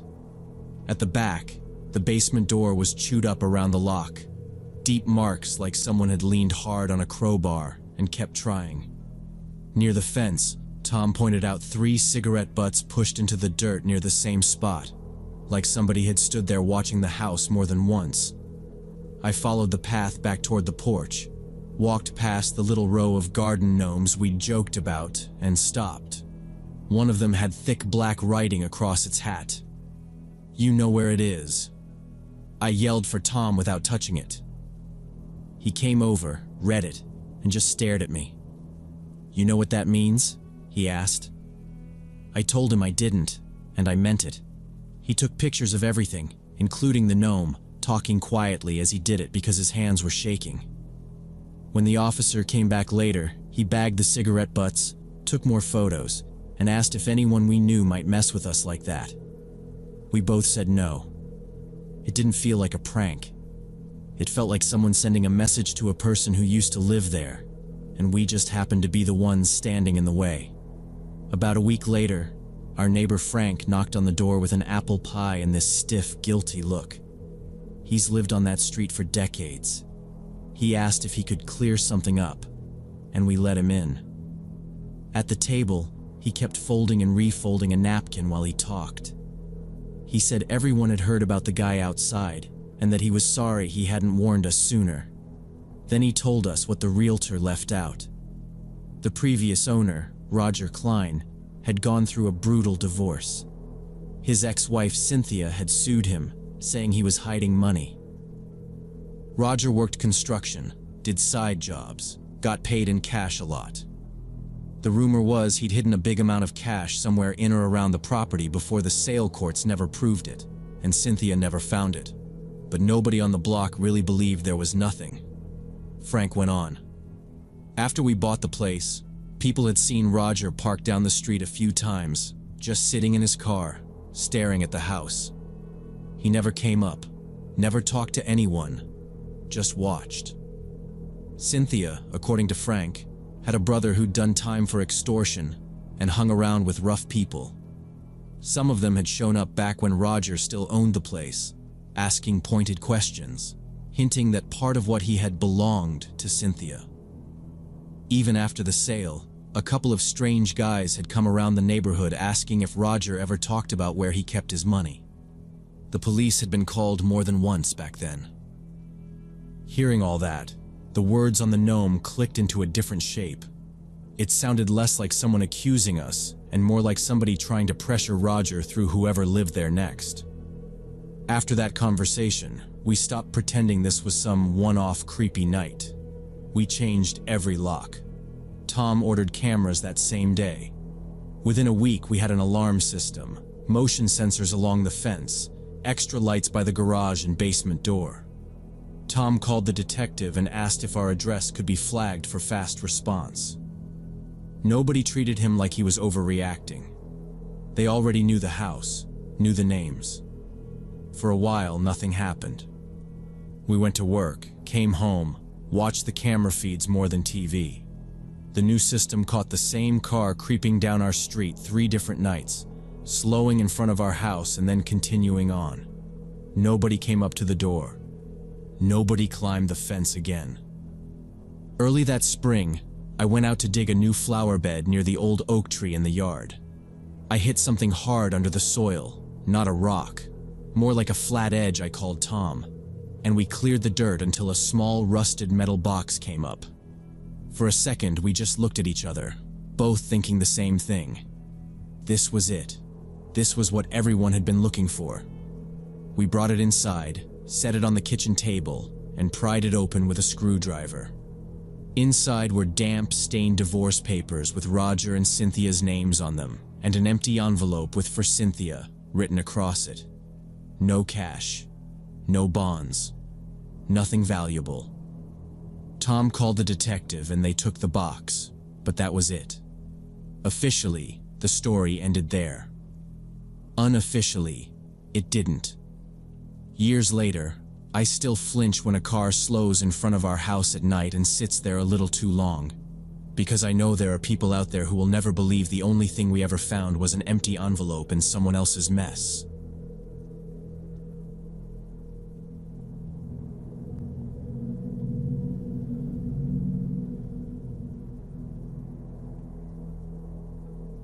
So I was a junior in college, 20 years old, sharing a 2-bedroom apartment with this guy named Jason. We'd met through some housing group on Facebook, total strangers, before moving in together. The place was on the 2nd floor of an old building, a short walk from campus. We barely crossed paths most days. He waited tables in the evenings, and I worked daytime shifts at the university library. That particular day, I'd been running around non-stop. Morning classes, library shift, then 2 more lectures. By the time I dragged myself up the stairs and unlocked our door, it was a little after 9. Jason should have still been at work until around 11. I stepped into the hallway, flipped on the light, and something immediately felt off. A couple books were scattered across the floor, ones that normally sat on the small wall shelf. The shelf itself was crooked, like someone had bumped it hard. I stood there a second trying to picture Jason rushing out and maybe hitting it on accident, but he wasn't the rush out type. I walked into the living room and saw more weird stuff. 2 couch pillows were on the floor. The TV remote was lying by the leg of the coffee table instead of on top of it. Nothing dramatic, just wrong. I tried to talk myself into thinking Jason had been in a hurry, or maybe dropped something and didn't bother picking it up, but it didn't feel like him. Still, no obvious signs of a break-in. Door lock was fine, windows shut. So I just put everything back in place. I went to my room, dropped my backpack on the bed, changed into sweatpants, and figured a shower would fix my head. 10 minutes under hot water helped a little. I came back out feeling tired but calmer. I headed to the kitchen thinking about the leftover pizza I'd been looking forward to all day. I opened the fridge, grabbed the box, and that's when I noticed the pantry door, this little closet-like storage room between the kitchen and living room, was standing halfway open. We always kept it shut. It was where we tossed old electronics, cleaning supplies, boxes we didn't want to deal with. I walked over and closed it without really thinking about it. Just assuming Jason had dug around in there that morning, I heated my pizza in the microwave, brought it to the couch, put on something mindless on TV, and ate. For a few minutes, everything felt normal again. When I got up to take my plate back to the kitchen, I started past the pantry and froze. The door was open again. Not wide, just like before, a few inches. But I knew I'd shut it firmly. I just stood there staring at the crack of darkness inside. My heart was suddenly pounding, and I had this tight, stupid feeling like I was being watched. I called out, loud, "Jason?" Thinking maybe he'd come home early without me hearing because of the TV. No answer. I pulled my phone from my pocket and turned on the flashlight. I didn't want to open the door more, so I just angled the light into the gap. The pantry was cramped, shelves on the left, boxes stacked along the right wall, old magazines piled on the floor. Nothing looked disturbed from what I could see. I kept telling myself I was being ridiculous, but something in me wouldn't let it go.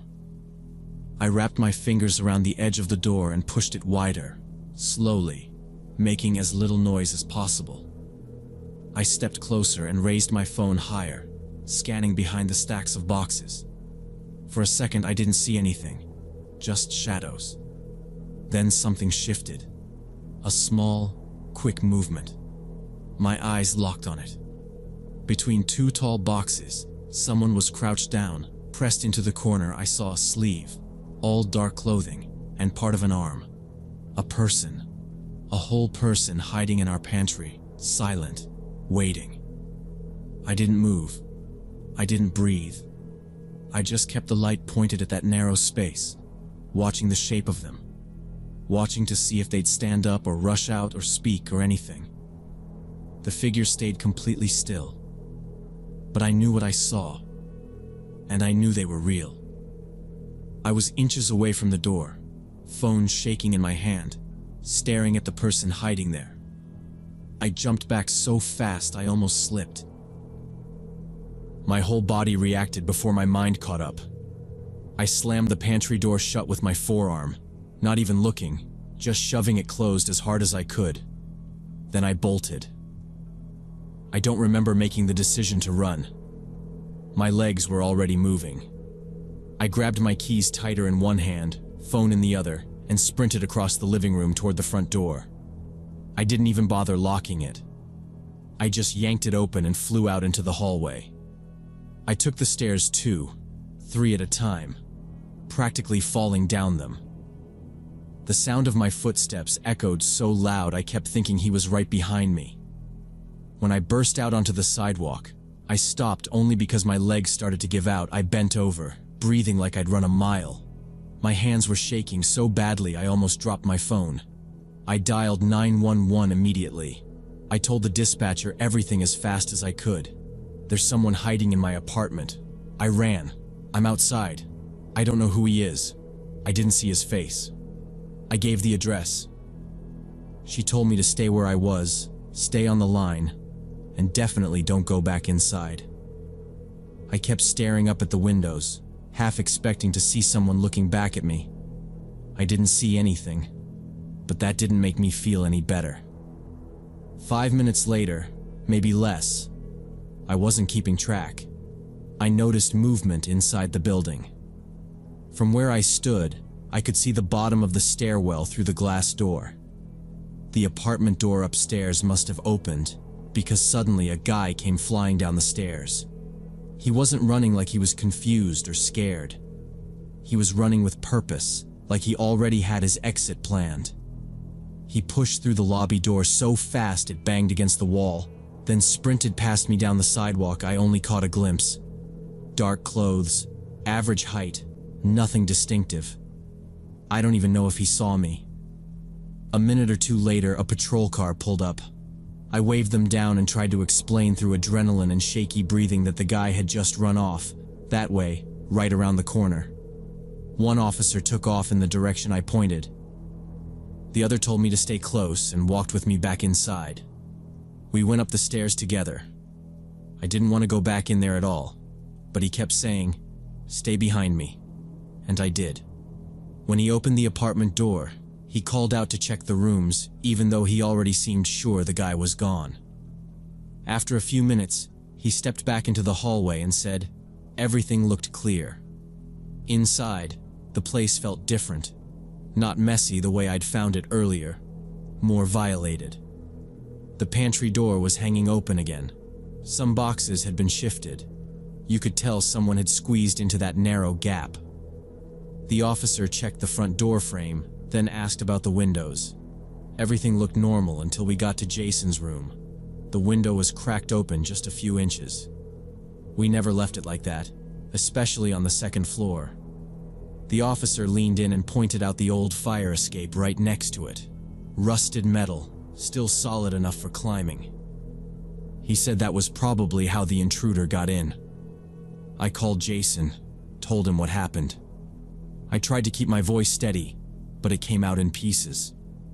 He said he was clocking out right then and coming home. The officers took statements while we waited. By the time Jason arrived, the adrenaline had burned off, and I just felt drained. We walked through both rooms with the officers. His laptop was gone. From my room, about $50 I kept in a drawer was missing. That was it, thankfully. The police said they'd file the report and keep an eye out, but with such a vague description, we shouldn't expect much. After they left, me and Jason went around closing windows, checking locks over and over, and we installed a door chain the next morning. For weeks after that, every small sound in that apartment felt like someone moving where they shouldn't be, and I never walked past that pantry without looking twice.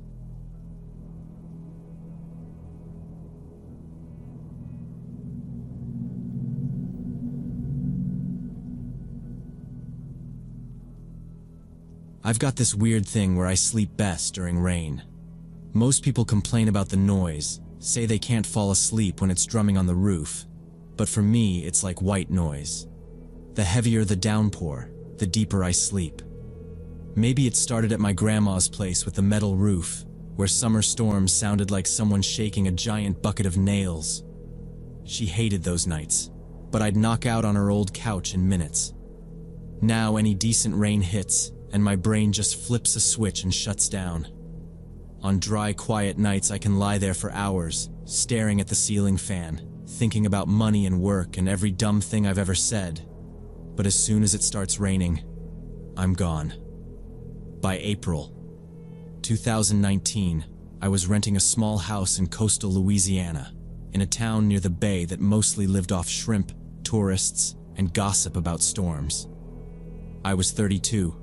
Working maintenance at a marina, single, no kids, no pets. Nobody sharing the place except a dying ficus in the living room. The rent was cheap because the house was old, but it had a wide porch, and I could see the bay if I leaned on the rail. The house sat on a low hill, which in that flat area counted as high ground. Most places around us were pretty much at sea level, maybe a couple feet up on blocks if their owners had money. When I first saw the listing, that little hill was what sold me. Everyone down here either already has a flood story or is just waiting for their turn, and I didn't want mine to start with me renting the lowest house on the street. To my right, down the slope, was a two-story place with peeling blue shutters where an older couple, the Bensons, spent their retirement watching weather reports.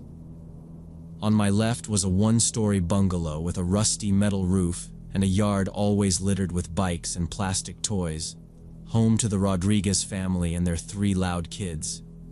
Because their houses sat lower on the hill, they watched the water levels a lot closer than I did. Even on regular summer storms, I'd see puddles creeping up their driveways while my steps stayed dry. That week, the local news kept looping the same map with a red swirl in the Gulf, talking about a tropical storm that might, or might not, curve toward us. By Thursday, the might not part quietly disappeared, and the meteorologists started saying things like heavy rainfall, coastal flooding, and wind gusts over 60 miles an hour. Our phones screamed with those emergency alerts about potential dam stress and flash floods in low areas. Out here, you learn not to panic every time they put a red banner on the screen, but you also learn not to ignore it. So that evening, everyone on our little hill started moving with that quiet, practiced urgency you only see in places that get hit a lot. Mr. Benson dragged plywood out of his shed and started boarding his downstairs windows while his wife hauled flower pots off the porch. Down the slope, I watched Carlos Rodriguez stack sandbags in front of his door while his kids carried lawn chairs to the truck. I did my version of preparing.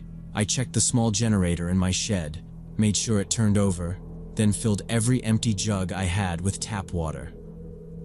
I set out flashlights, batteries, and a pile of canned food on the kitchen table.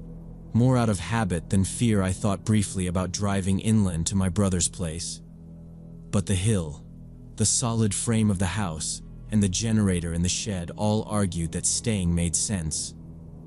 By 10 that night, the rain started, a steady patter, and I walked room to room watching the trees outside. Around midnight, it was a roar on the roof, wind shoving at the walls until I killed the lights, set phone by the bed, and lay down. The sound of rain was so powerful, I blacked out almost immediately. I woke up at 9 with bright sun in my face and this heavy feeling that I'd slept through something important. For a minute, I just lay there, confused, because the last thing I remembered was rain pounding the roof so hard it shook the bed. Now it was silent. No rain, no wind, no thunder, just stillness. I sat up, reached for my phone on the nightstand, saw the screen was dead, plugged it in, and went to the window to pull the curtain back. From where I stood, everything close to the house looked normal. The porch was dry, the steps were clear, the trash cans were in their usual spot. For a second, I really thought the storm had just moved on. Then I looked down the hill at the Bensons' blue cottage, and my brain stalled. Their whole yard and driveway were gone. Brown water sat up against their second-floor windows. The entire first floor was under. To the right, the Rodriguez bungalow was almost completely submerged. Just a crooked roof showing the whole lower part of the hill had turned into one wide, muddy lake, full of fences, broken furniture, tree limbs, and a car on its side near the turn. For a moment, I honestly thought I had to still be dreaming. That was the only way any of it made sense. I pressed my hand against the glass like touching it would change what I was seeing, but the water and the junk floating in it kept moving the same slow way. No sirens, no shouting, just bright sun on my side of the hill and destruction right below it. My heart was pounding so hard, it felt like the only sound in the room. I backed away from the window, went straight to the front door, and stepped out onto the porch to see how close the water really was. Outside, it was worse. The water had climbed right up to the base of my hill and stopped there, leaving a strip of dry grass between my porch steps and the edge. If this house had been built just a little lower, or if I'd rented any other place on that street, I would have been in that same brown water. I stood barefoot on the top step, staring at where the road used to be. A car lay on its side with only the undercarriage showing. Farther out, a refrigerator door drifted slowly and kept knocking against a fence post that didn't have a fence anymore. My phone finally buzzed behind me and snapped me out of it. I went back inside, grabbed it off the charger, and the lock screen lit up with more missed calls and messages than I'd ever seen. My brother, my boss, a couple of local numbers, and a whole stack of emergency alerts. I opened the first alert and saw the time. A little after 2 in the morning, mandatory evacuation for the coastal zone because of a dam breach upstream. Flash flooding expected. Sirens would sound. Proceed to high ground immediately. There were follow-ups about shelters, closed roads, rescue crews. All of that had happened while I was dead asleep, snoring through the one night you were absolutely not supposed to stay home. I listened to a voicemail from my brother, his voice shaking as he told me to get out. Said the dam near town had failed and water was pouring toward the bay. "Call me, please. Just call me so I know you're not underwater," he said. And then the message cut off. A text from Mrs. Benson's number said they were heading to the shelter and had tried to knock, but the wind and rain were too loud, and they couldn't stay. Carlos had sent a short text around 3. "We're getting out now. Hope you already left, man." After that, there was nothing from either of them, just more system alerts and messages from people asking if I was okay. It wasn't until later, when the news started showing aerial photos and local sites posted updates, that I understood the full picture. A dam about 10 kilometers away had failed in the middle of the night and sent a wall of water down into all the low neighborhoods. They'd sounded sirens, driven around with loudspeakers, told everyone to move to higher ground. My neighbors heard, grabbed what they could, and left. Their houses were still standing under that brown water, but everything inside them was basically gone. 2 people in another part of town didn't get out in time. An older man who lived alone, and a woman who tried to drive out and didn't make it.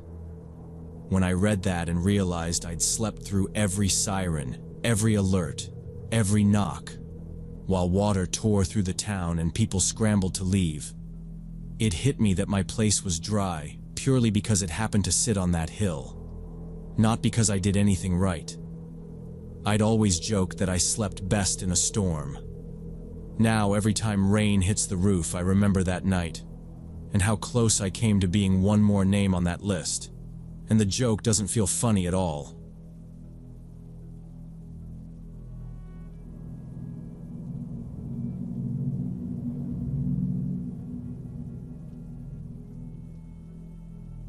Back in 2020, I was in college in Phoenix, sharing an apartment with 2 roommates.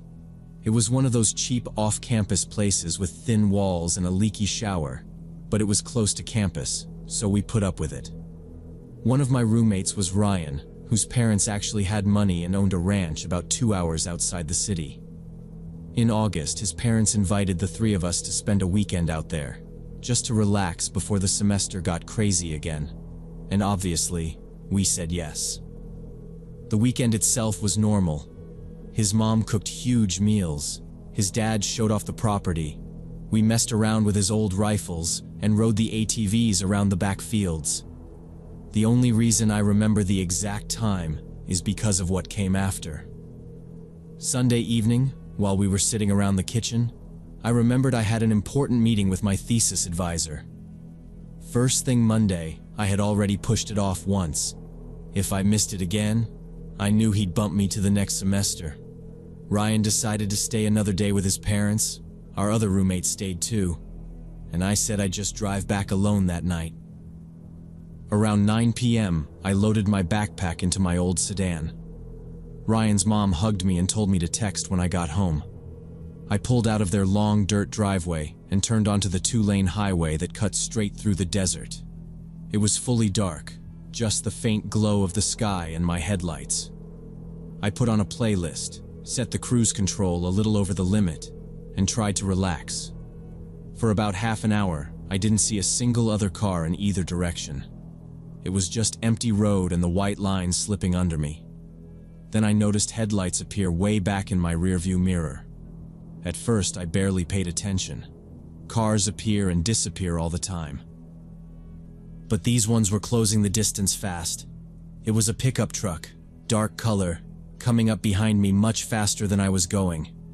I stayed in the left lane a second, then did the normal thing and moved over into the right lane so it could pass. I expected it to blow by me and disappear ahead. It didn't.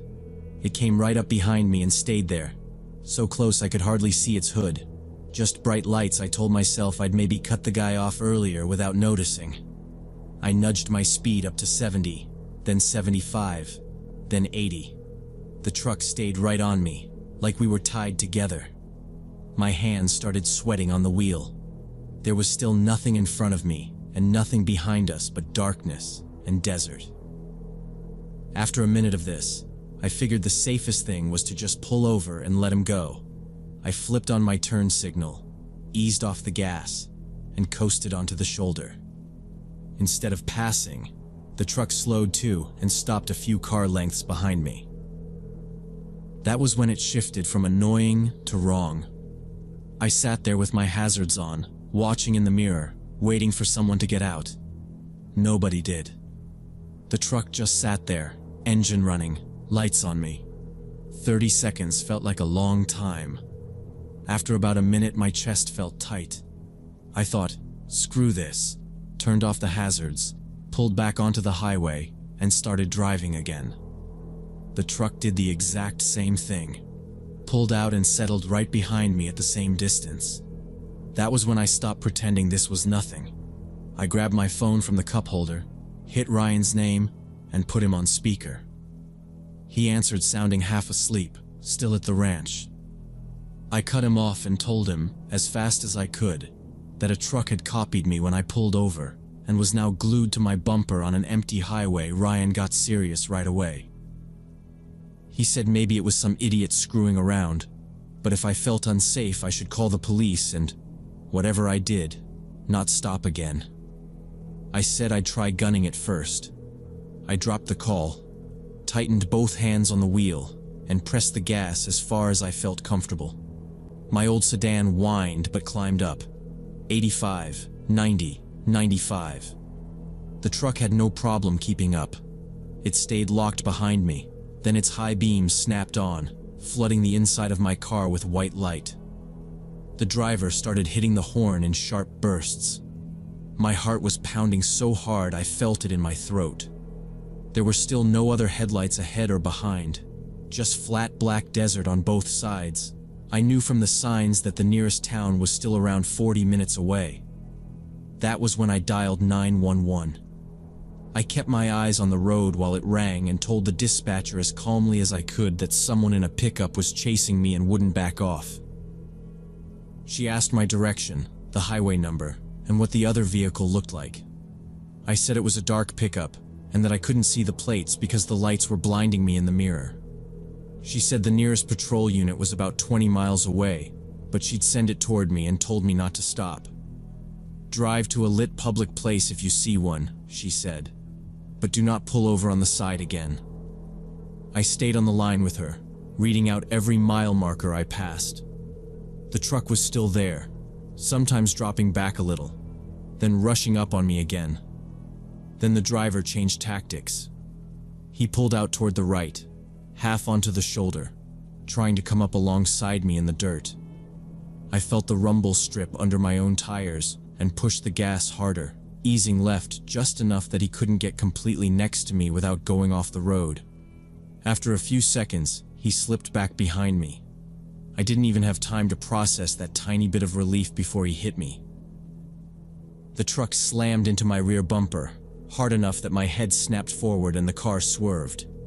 I gripped the wheel and fought it, somehow keeping us from spinning out into the desert. In that moment, it was crystal clear.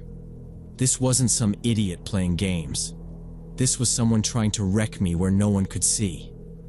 Adrenaline hit so fast my hands went numb on the wheel. I was screaming into the phone to the dispatcher that he was trying to run me off the road. Up ahead, I finally saw a green exit sign with a gas station logo under it, and I locked onto it like it was the only thing that could save me. I told the dispatcher there was a gas station 2 miles ahead and I was going to take that exit because there would be lights and cameras and people. She said that was good, told me again not to stop anywhere dark and that a patrol car was still heading my way.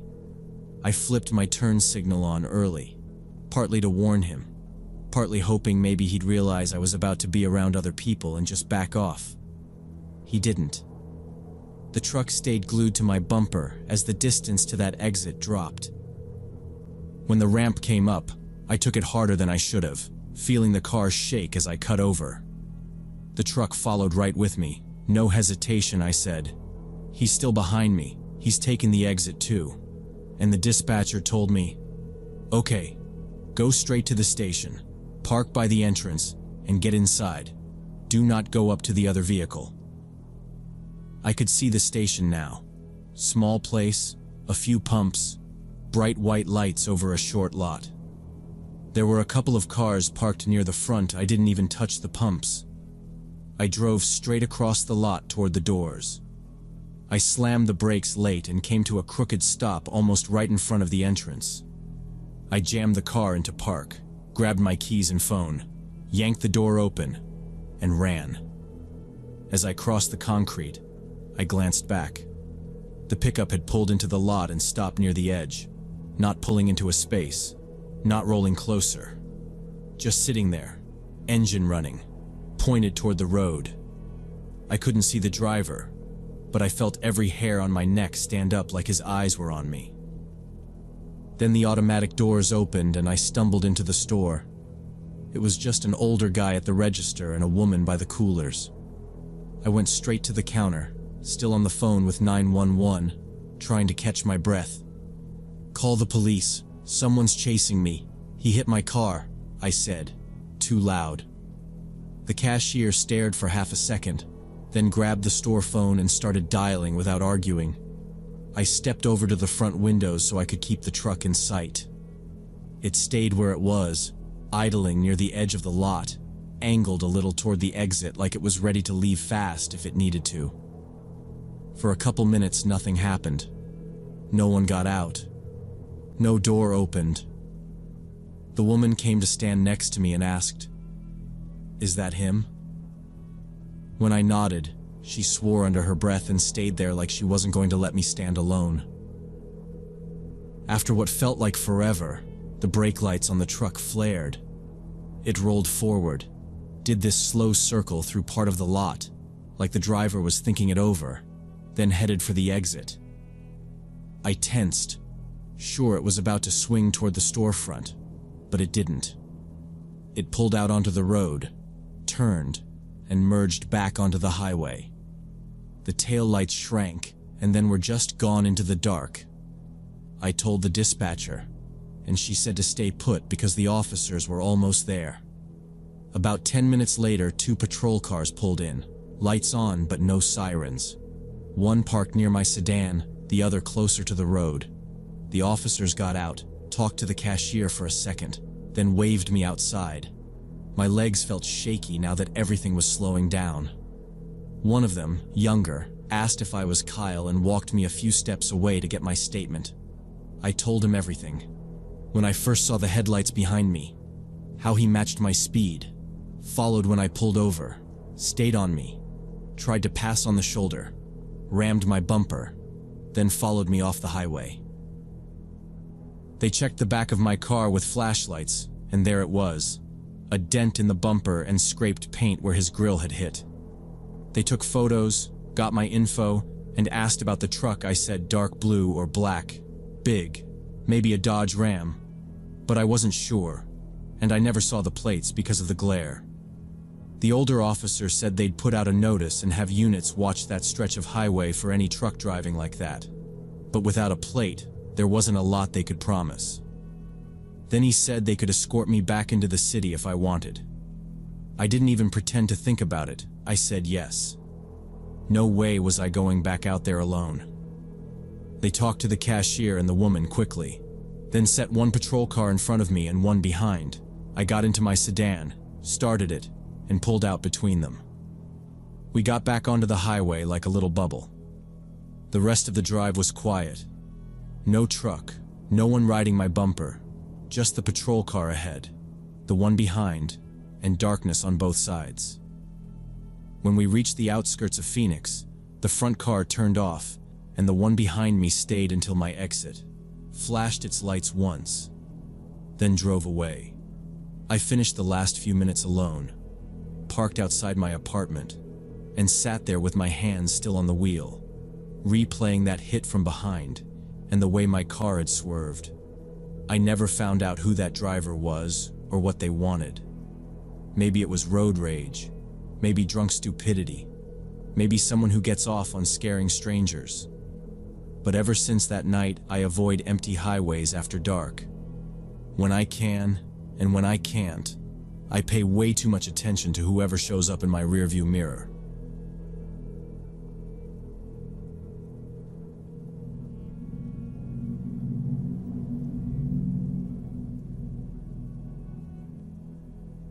When I was 21 and studying psychology at Arizona State, I got my first job at Subway to pay rent after moving out from a bad roommate situation. I was just glad to be out of that apartment and paying for my own place, even if it meant smelling like bread every night. The store was in the Mesa Riverview Mall food court, and I took the evening shifts from 6 to close because they fit around classes. On my first night, Carlos, my manager, showed me how to run the line and said, kind of casual, "Night shifts get some strange people. Just keep the counter between you and them." I laughed it off. For about 3 weeks, nothing strange happened at all. I learned the build orders, got faster with the knife, started recognizing a couple of regulars. It was quiet most nights. Then one Wednesday near the end of January, she came in. It was a little after 8. The only other customer was a guy in a hoodie with a textbook open in the corner. She looked like she'd taken a wrong turn out of some office downtown. Maybe mid-40s, neat bob, business suit, heels, leather coach bag on her shoulder. She stepped up to the counter, smiled, and ordered a 6-inch turkey on wheat, no onion. She paid with a credit card, signed, and took the sandwich to the table by the window. I noticed she barely unwrapped it. When she left 10 minutes later, she stopped at the counter, smiled at me again, and said, "Thank you, honey. That was really good." I just thought she was a nice customer and went back to restocking. The next night she came back. Same time, same order, same table. Third night, same thing. That's when I really noticed she wasn't eating. One bite, maybe 2. Then she'd just sit there with her phone in her hand. Every couple of minutes I'd feel it, look up, and see her eyes on me. Not in a flirty way, not hostile, just watching. By the end of that week, she showed up almost every evening I worked.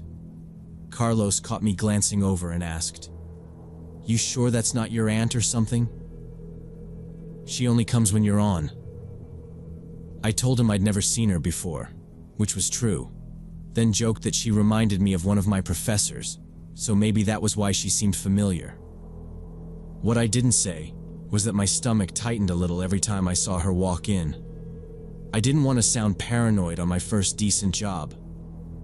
The first note showed up about a week later. It was close to closing, lights half turned down, and I was wiping tables. On her usual table, there was a napkin folded into a small square. I picked it up to throw away, felt paper inside, and unfolded it. In small, neat handwriting, it said, "You have a pretty smile. I've been watching you for 10 days. We should be closer." My chest did this little jump. I looked around the empty dining area like someone might pop out laughing, but it was just me and the humming coolers. I told myself it was some idiot playing a joke, shoved the napkin into my apron, and finished cleaning. The next night, she came again, like nothing was weird. Same order, same polite smile. After she left, I went to wipe her table and saw a cardboard drink coaster sitting in the middle of the tray. A phone number was written on it in the same handwriting underneath. It said, "Call me. I can help you with school. I know where you live." I read that line twice. There were no hearts, no name, just that my hands went cold.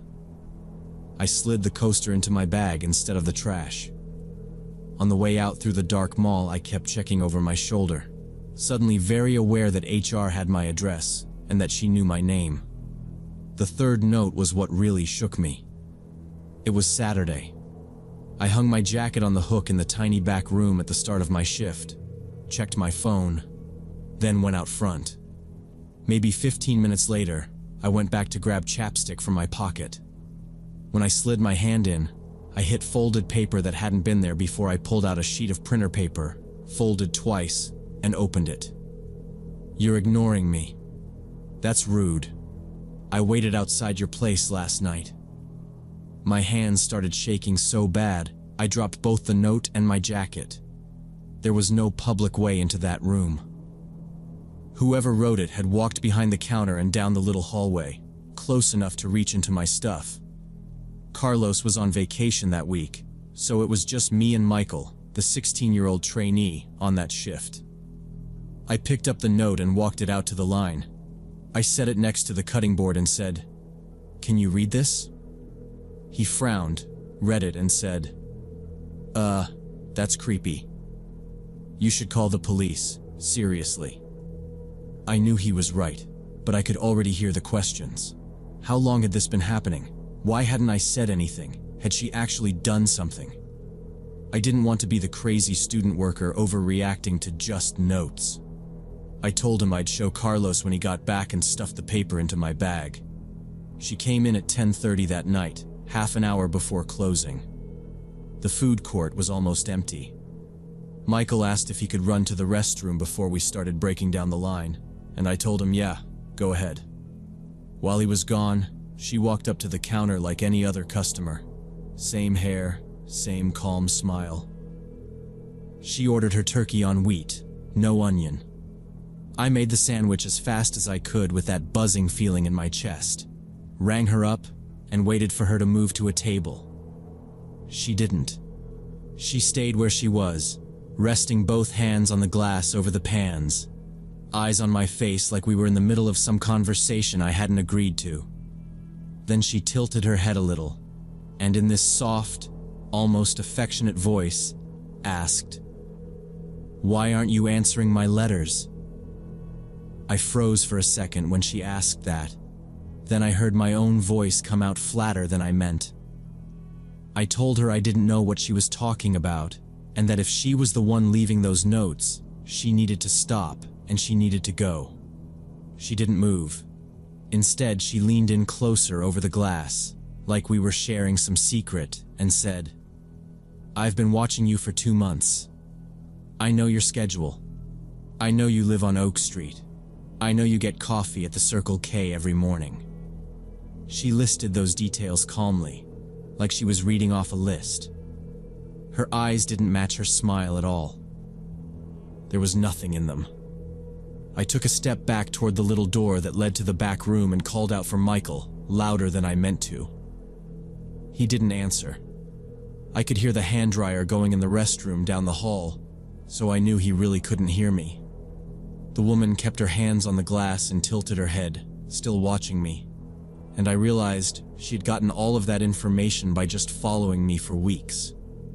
Before I could decide whether to hit the panic button under the counter, a chair scraped behind her. A guy who'd been sitting by the window stood up. I recognized him as soon as he took off his Arizona Diamondbacks cap. He was one of our regulars, came in for black coffee and a breakfast sandwich on the mornings I worked weekends. I knew he used to be a cop because he always joked about how he'd seen worse coffee in the force. He walked over slowly, pulled his phone out, and held it up so she could see the camera pointed at her. Then, loud enough to carry, he said, "Ma'am, I'm recording this, and I'm calling mall security right now. If you don't walk out of here, I'm going to keep you here until they show up." She looked at him, then at me. For a second, I thought she was going to start yelling or reach across the counter at me, but she just dropped her hands, turned, and walked straight out of the food court without another word. He stayed where he was, still filming, until she disappeared around the corner. Only then did he lower his phone and look back at me. My hands were still shaking on the counter. Mall security showed up about 5 minutes later, 2 guys in uniforms. They checked the nearby hallways and the parking lot cameras, but she was already gone. The retired cop introduced himself as Robert Kane after that. He gave the guards a quick rundown of what he'd heard, then turned to me and said he'd hang around until we closed, just in case she came back. I didn't argue. Michael came out of the restroom confused and wide-eyed when he realized what he'd missed, and he stayed up front while I did the bare minimum closing stuff. Every time someone walked past the storefront, all 3 of us looked up. When we finally locked the doors, Robert walked with me all the way to my car, scanning the lot like it was second nature, then waited until I pulled out. The next day, after my morning class, I went down to the police station and filed a report. I brought the notes and the phone number, gave a full description of her, and told them about the car I thought she might be driving from the times I'd seen her leaving the lot.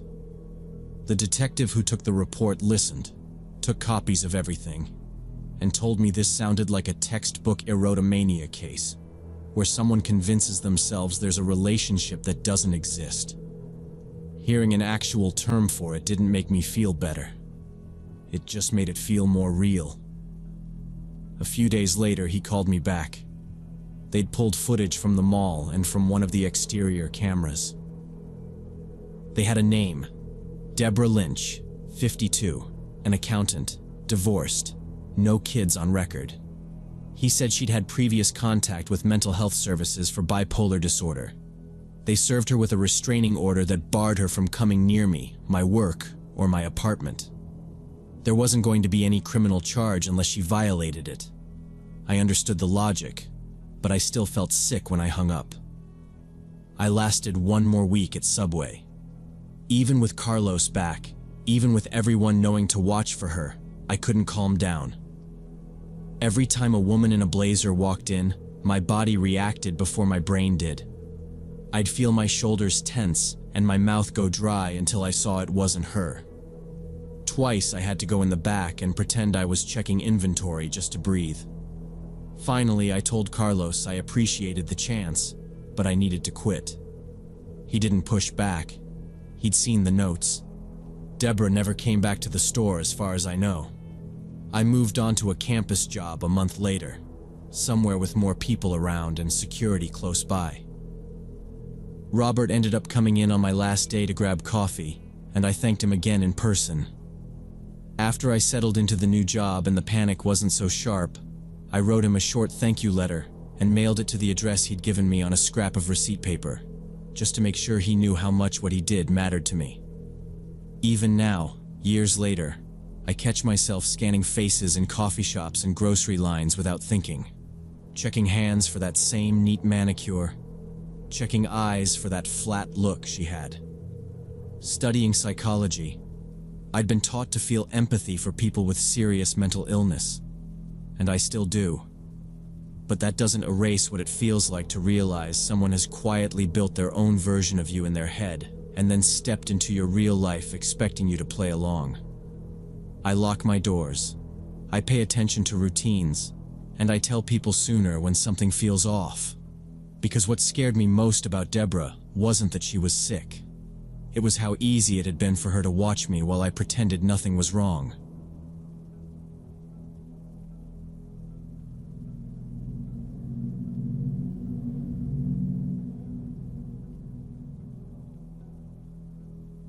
I was 22 when my gym acquaintance Martin, who I'd met just a month earlier, invited me for a weekend at a country house outside the city. Back then, I'd only been living there a few months, didn't know anyone besides coworkers and a couple guys from the gym, and most weekends I just sat in my small rented room scrolling on my phone. He was about 10 years older, always talking between sets about clients, deals, and getting out of town with the guys. He said he worked in real estate, that he and 2 friends from business school rented the place together, and they'd be there that weekend anyway, so I should come hang out and maybe talk business. For me, it sounded like a free mini-trip and a chance to finally meet some new people, so I agreed right away. Saturday, I grabbed my backpack and took a rideshare to the address he sent. As we left the apartment blocks, the roads narrowed into little streets with identical fences and small summer houses. I kept picturing a busy terrace, smoke from the grill, people already laughing. Instead, the car stopped at a quiet gate where Martin stood alone, hands in his pockets. He smiled, paid the driver before I could, clapped my shoulder and said I was right on time. The house looked modern and expensive. 2 floors, big terrace, pool in the yard. Inside it was clean to the point of feeling empty. Martin dropped my bag by the stairs, said we should hit the pool while the weather was good. And when I asked about his friends, he just said they were still in the city and would arrive closer to evening. We spent the next few hours outside by the pool. Martin turned on a speaker, opened beers and snacks, and kept steering the talk back to money, rental yields, some development they were trying to get in on, how I could start with a small buy-in and scale up fast. For a while I was into it. I was making entry-level pay, and the way he talked made it sound like I'd been stupid not to start investing already. But the longer we stayed there, the more the emptiness of the place started bothering me. For a house 3 guys supposedly shared, there were no photos, no extra shoes, no spare towels, no random junk left lying around. The only clothes I saw in the hallway were his. When I opened the fridge to grab another beer, it held exactly enough food and drinks for one evening and nothing else. I tried to write it off as them being neat, but it didn't match how he'd talked about years of weekends out there. While we ate, I asked how long they'd been renting the house. He said, "Couple of years now." But when I pushed for stories about stupid things his friends had done out there, he only gave vague laughs and changed the subject. No names, no actual memories. As the sun started going down and the air got colder, he suggested we head inside, shower, and then start the grill. I went upstairs first, looking for where I'd be sleeping. There was only one bedroom that looked lived in. One made bed, a nightstand, a wardrobe with his clothes. The other rooms were either completely bare or stacked with boxes and construction materials. Standing in the hallway, I called down and asked as casually as I could, "So which room is mine? Where do your friends usually sleep?" He came upstairs with a towel around his neck, glanced into the bare rooms like they were exactly how they should be, and said in this even voice that the guys had changed plans last minute, that they'd texted earlier to say they weren't coming. He added that it wasn't a problem, we would still grill, maybe watch a movie and talk properly about the project. But something in how relaxed he sounded finally set off alarm bells for me. We'd been there hours, his phone never rang, so I asked to see the texts. Martin refused, calling it personal correspondence. Then I directly asked him if those friends even existed. I didn't try to soften it, I just said, "Do they even exist, Martin?" For the first time that whole day, he shut up. His face went blank, like he was frozen mid-sentence, and he just stared at me for a couple seconds. Then it was like he flicked a switch. He smiled, relaxed his shoulders and said, "Well, okay, I'll admit it. There were no friends. I just wanted to spend the weekend alone with you, get to know you better." Nothing wrong with that, right? He said it casual, like he just confessed to buying the wrong snacks. Everything inside me tightened. That was the moment I actually understood what bothered me all day. I wasn't just with some talkative gym guy. I was with someone who had lied in detail to get me alone an hour outside the city, in a house set up for one person. No one knew the address, nobody was expecting me back at a specific time, and we'd already had beers. I forced myself to sound normal and said I'd just remembered something important back in the city, that I had to leave right away, that I'd completely messed up my plans. While I was talking, I took my car keys out of my pocket so he could see them, and I stepped past him toward the stairs. He moved fast and grabbed my forearm. Not super hard, but firm enough that I had to stop. "Come on, man. "Don't be like that," he said. He started explaining he hadn't meant anything weird, that he only lied because he thought I'd say no to just a guy's weekend, that it was a harmless way to make sure I came. He kept pointing out the food, the drinks, the pool, saying it would be stupid to leave before dinner. While he talked, all I could think about was that we were upstairs, away from the front door, in a mostly empty house that clearly wasn't used by three guys. I pulled my arm out of his grip and told him straight that I didn't like being lied to.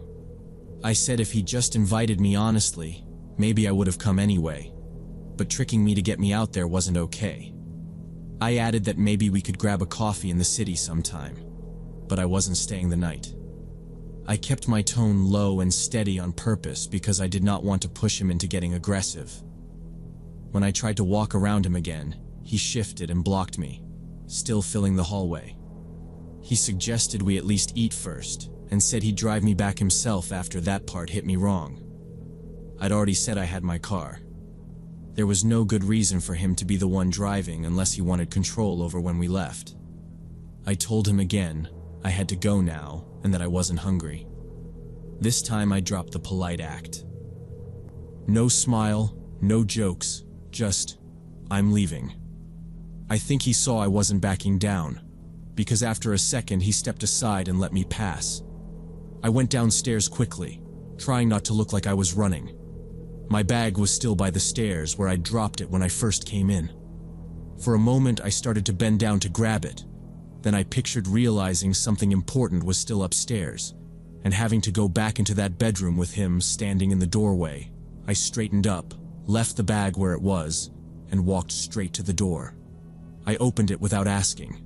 He followed me and kept talking about how I was overreacting, that I'd laugh about this later, that he just wanted a chill weekend.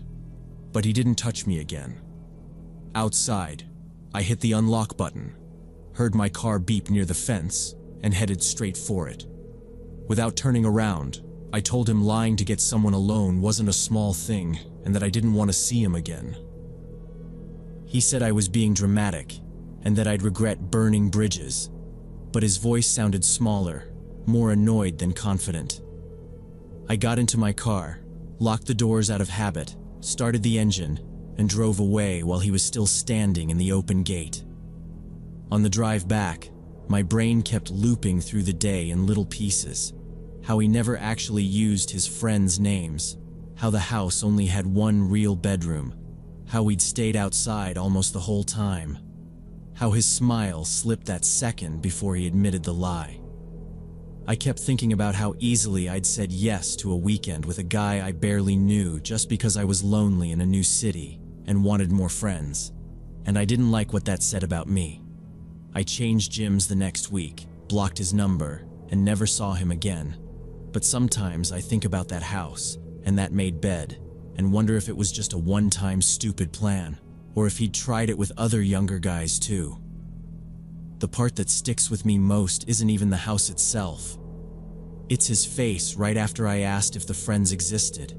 That tiny pause before he smiled and admitted there were never any other guests. And the realization that he'd carefully lied from the beginning to get me isolated like that.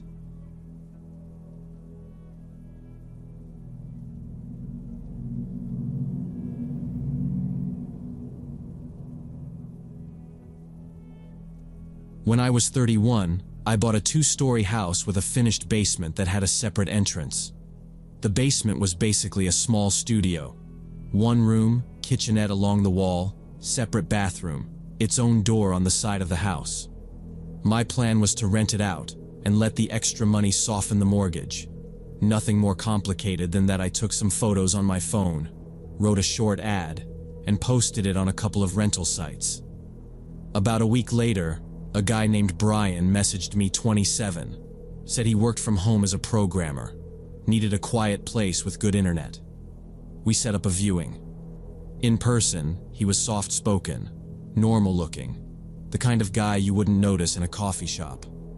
He asked basic questions about utilities and noise, and whether he could put up a monitor arm on the wall. His previous landlord picked up the phone on the first try and said he paid on time and kept to himself. That was pretty much all I was looking for. I signed a 6-month lease, gave him the keys to the side door, and felt like I'd done something smart for once. The first month was exactly what I'd hoped for.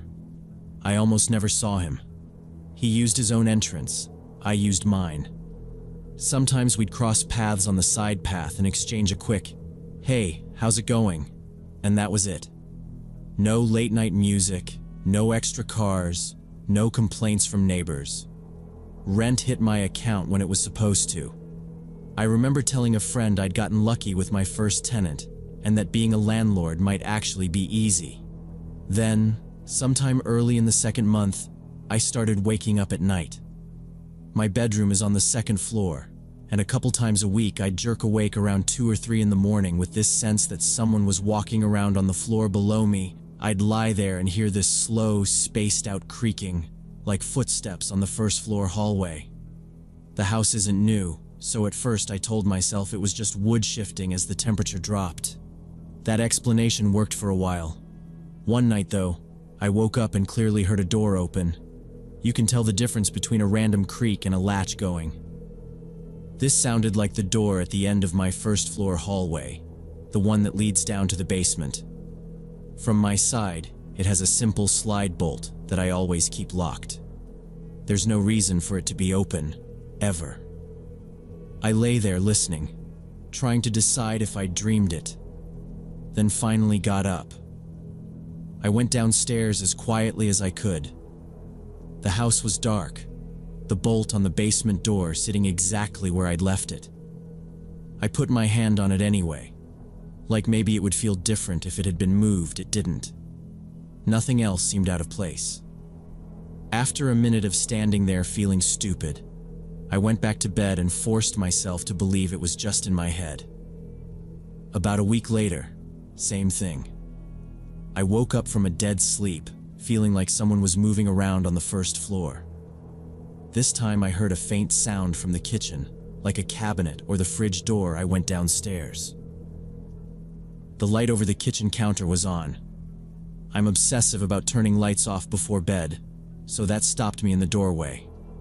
I checked the stove, checked the front door lock, checked the basement bolt again. Everything looked normal except for that light. I turned it off and went back upstairs, but now it wasn't just old house noises anymore. Something was off, and it stayed in my head all morning. Later that day, I went down to Brian's door and knocked. He opened after a few seconds, hair messed up, clearly half asleep. I asked if he'd been upstairs in the main part of the house at night for any reason. I tried to keep my voice casual, like I was just checking a weird thing off a list. He looked genuinely confused and said, "No, man, why would I? I've got my own entrance." He said he didn't even know where the interior stairs came up and that he wasn't trying to bother me. I believed him enough that I didn't push it, but not enough to drop it. On the way back up, I had this thought that maybe I was the one walking around, like maybe I was sleepwalking. I'd never done that in my life, but it was the only idea that fit without accusing my tenant of lying. Either way, I needed to know instead of guessing.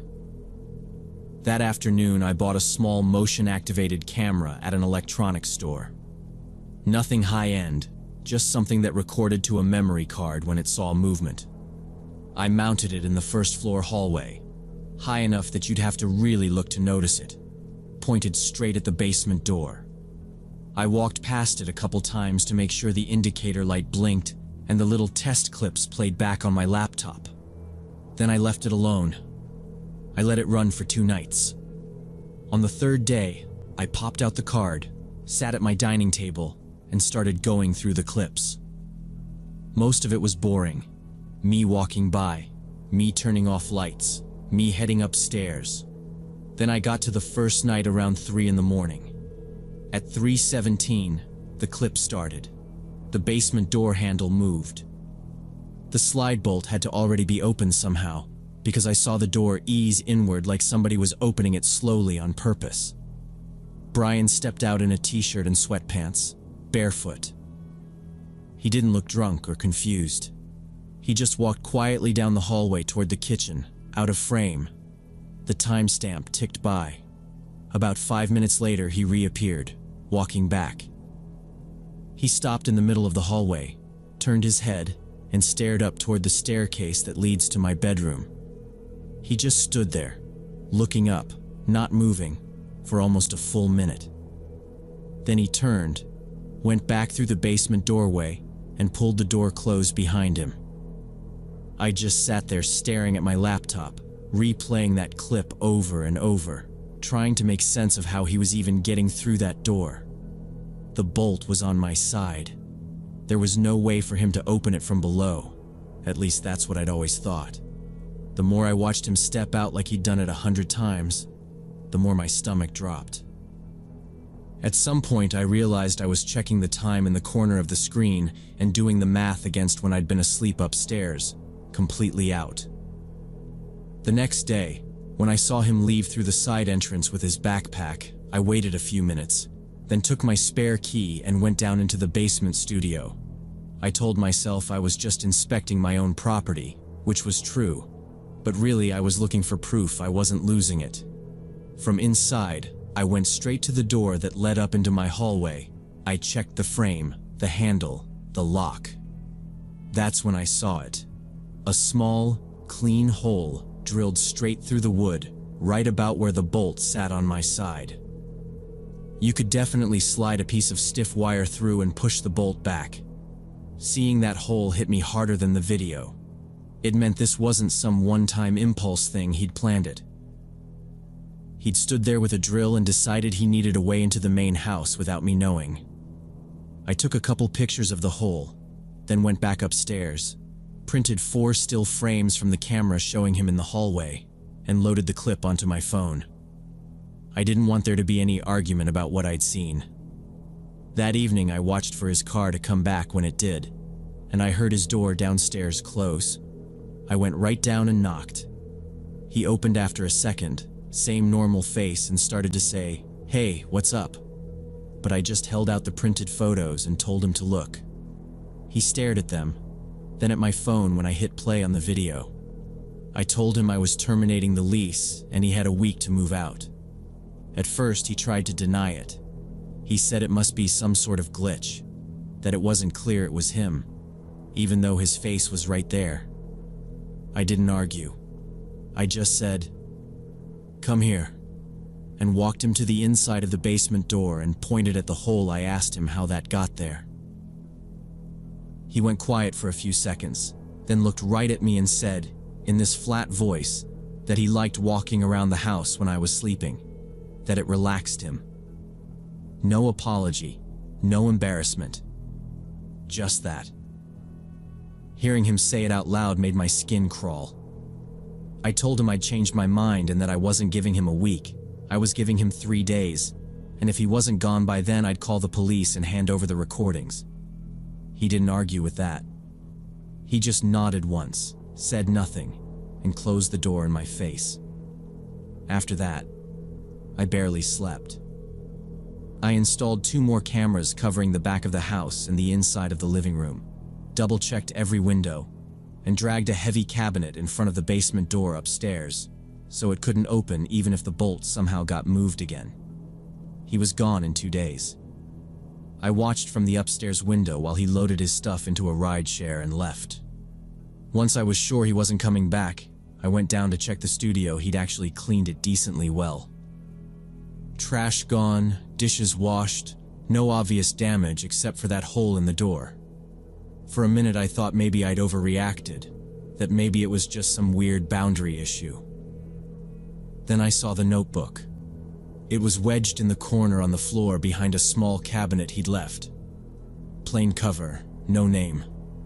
I opened it and started flipping through. Every page was filled with dates and times and short notes, running in order.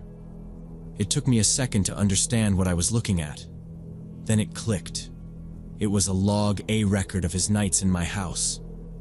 The date started about a week after he'd moved in and went up through the last few nights, so he'd been doing this for almost 2 months.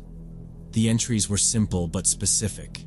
Stuff like 2:41 a.m., Upstairs, he's on his back, light snoring. Or 3:10 a.m. He got up to use bathroom, flushed twice. Or 1:58 a.m. Pacing in living room, talking on phone, sounded irritated. There were dozens of them. He'd written what room I was in, how long I stayed there, how I was lying in bed, even notes about the way I breathed. I stood there in that little basement room reading about myself like I was some animal he was tracking. As soon as I could move again, I took the notebook and went upstairs. I changed every lock on every door that day. I had a contractor come in later and seal the door between the floors completely, framing it in and covering it like it had never been there, and I filled that drilled hole with wood filler and metal so nothing could ever go through it again. I never rented the basement out after that. I didn't call the police either. I thought about it, but the idea of dragging it out in reports and maybe seeing him again in some office made my chest tighten. I just wanted him gone and the whole thing finished.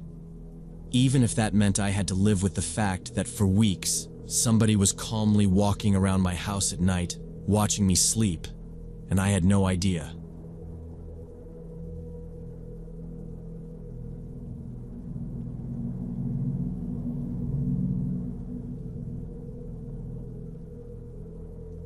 I needed a temporary place to stay for about 3 months because of a work assignment in another city.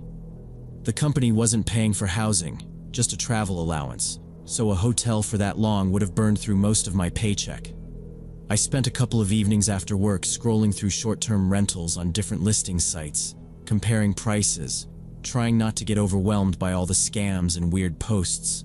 Most of the decent-looking places were either already taken or way out of my budget. Then I saw this one-bedroom apartment that stood out month-to-month lease, fully furnished, and the rent was noticeably lower than everything else in that area. The listing itself was bare bones. Maybe 3 sentences about square footage and all basic furniture included. 2 photos only. One of a cramped-looking living room with a couch and a small table, and one of a narrow kitchen. No photos of the bedroom, no bathroom, nothing outside. Contact section was just a phone number. No name, no email, no agency. That should have made me more cautious than I was. I remember thinking it was a little sketchy, but the photos didn't scream horror movie, and I really needed to lock something in quickly. I dialed the number. A guy picked up on the second ring. His voice sounded rough, like he smoked a pack a day and maybe didn't drink enough water. He introduced himself just as Rick, nothing else. I asked about the apartment, and he said yeah, it was available, he was the owner, and if I wanted to see it, I could come by that evening. He suggested 8. That actually worked for me, so I said sure. He gave me the address. I wrote it down on a sticky note, and we hung up. The whole call took maybe a minute. No small talk, no questions about me, nothing about a deposit, just come at 8. Around 7:45, I left my hotel and drove over. By 8 on the dot, I was standing in front of an old 4-story apartment building on a quiet side street. The paint on the facade was faded. The entryway buzzer looked ancient, but the area seemed okay. Older buildings, parked cars, no one hanging around outside. The apartment he'd given me was on the 3rd floor. Inside, the stairwell smelled like dust and cleaning chemicals. As I climbed, the wooden steps creaked under my weight. Loud in the empty space, I found the door with the number he'd mentioned and knocked. After a few seconds, it opened just enough for someone to look out, then swung wider. It was the same man from the phone.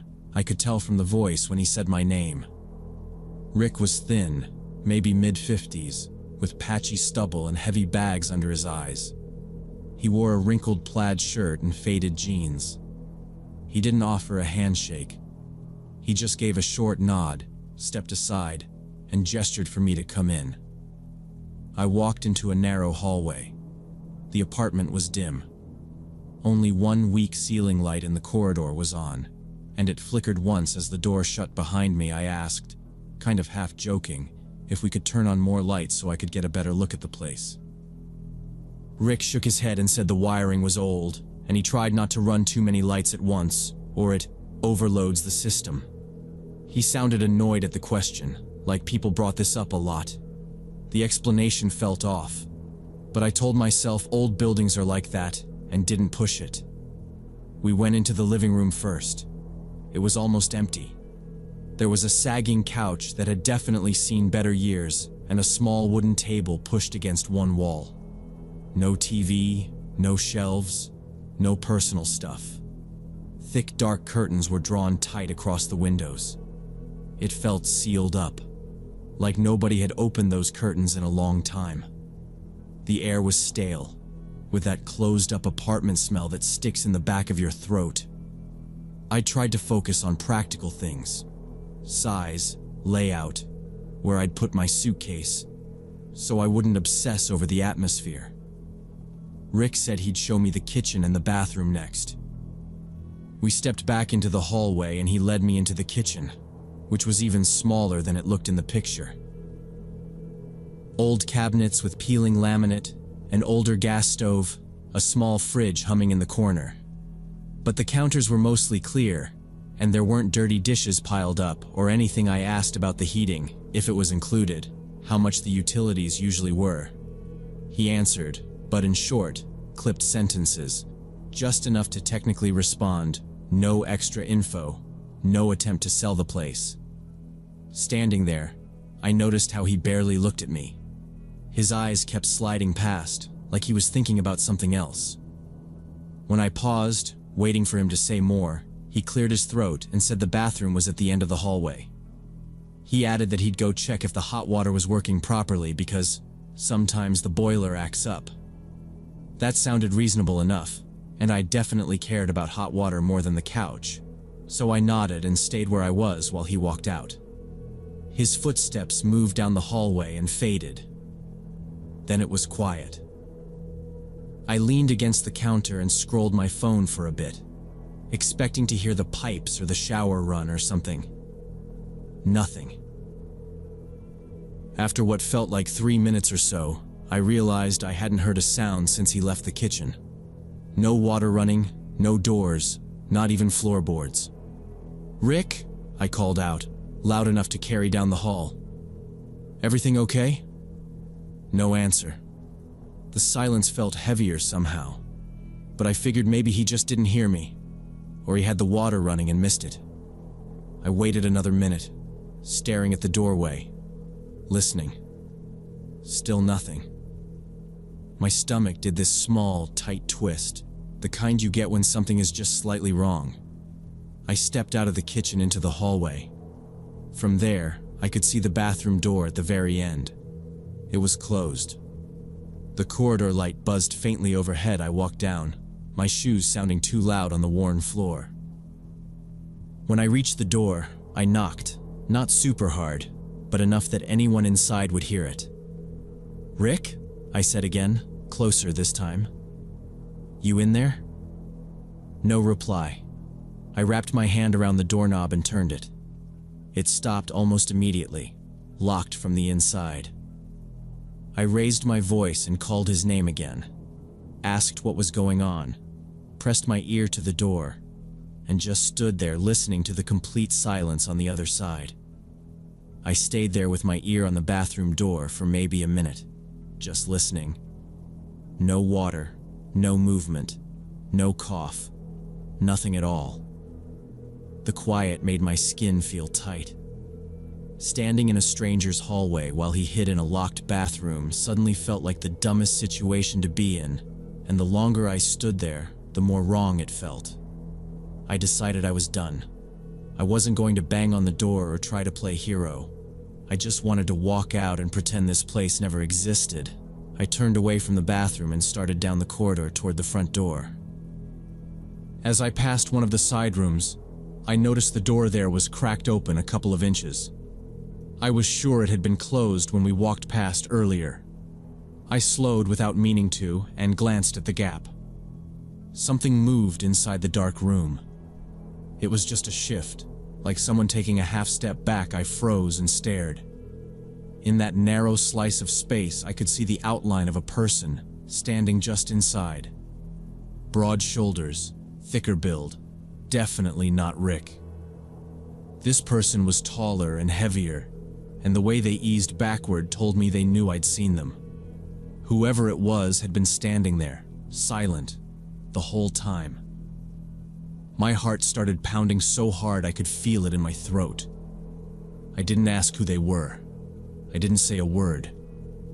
I walked straight to the front door, hand already out, expecting it to be locked. It wasn't. The handle turned. I stepped into the stairwell, shut the door behind me, and went down the stairs fast, almost running. When I got outside, I made myself keep walking. But when I glanced back up at the windows, one curtain on the third floor was pulled aside, and a bigger figure was standing there. Looking down at me, I walked straight to my car, unlocked it with clumsy hands, and got inside. First thing I did was hit the central lock button. Sitting there, I realized my heart was still pounding like I'd run stairs. I started the engine and pulled away, checking the mirrors way more than normal. Half expecting someone to come out of the building after me, nobody did. But my grip on the wheel stayed tight all the way to the first gas station I saw. I pulled in by the door, went inside, bought a bottle of water and tried to look like a regular tired guy instead of someone who had just backed out of something bad. Back at the hotel, the first thing I did after locking the door was open my laptop. I went into my browser history, clicked on the rental listing, and waited for it to load. Instead of the photos, I got a page not found screen. No description, no contact, nothing. I refreshed it twice, then tried searching the site by the address, by the monthly price, by the name Rick. The listing was gone. I tried a normal search with the address and his name together. I got random results for the city, but nothing about him. Nothing about that apartment. The next day I went through an agency, paid extra, signed real papers and got a plain, normal apartment, which was all I wanted by then. I never found out who the bigger guy was or what they planned. Maybe it was a setup to rob people. Maybe they were hiding something they didn't want a stranger to see. All I know is that the only smart thing I did that night was trust that awful gut feeling and get out before I became part of whatever they had planned.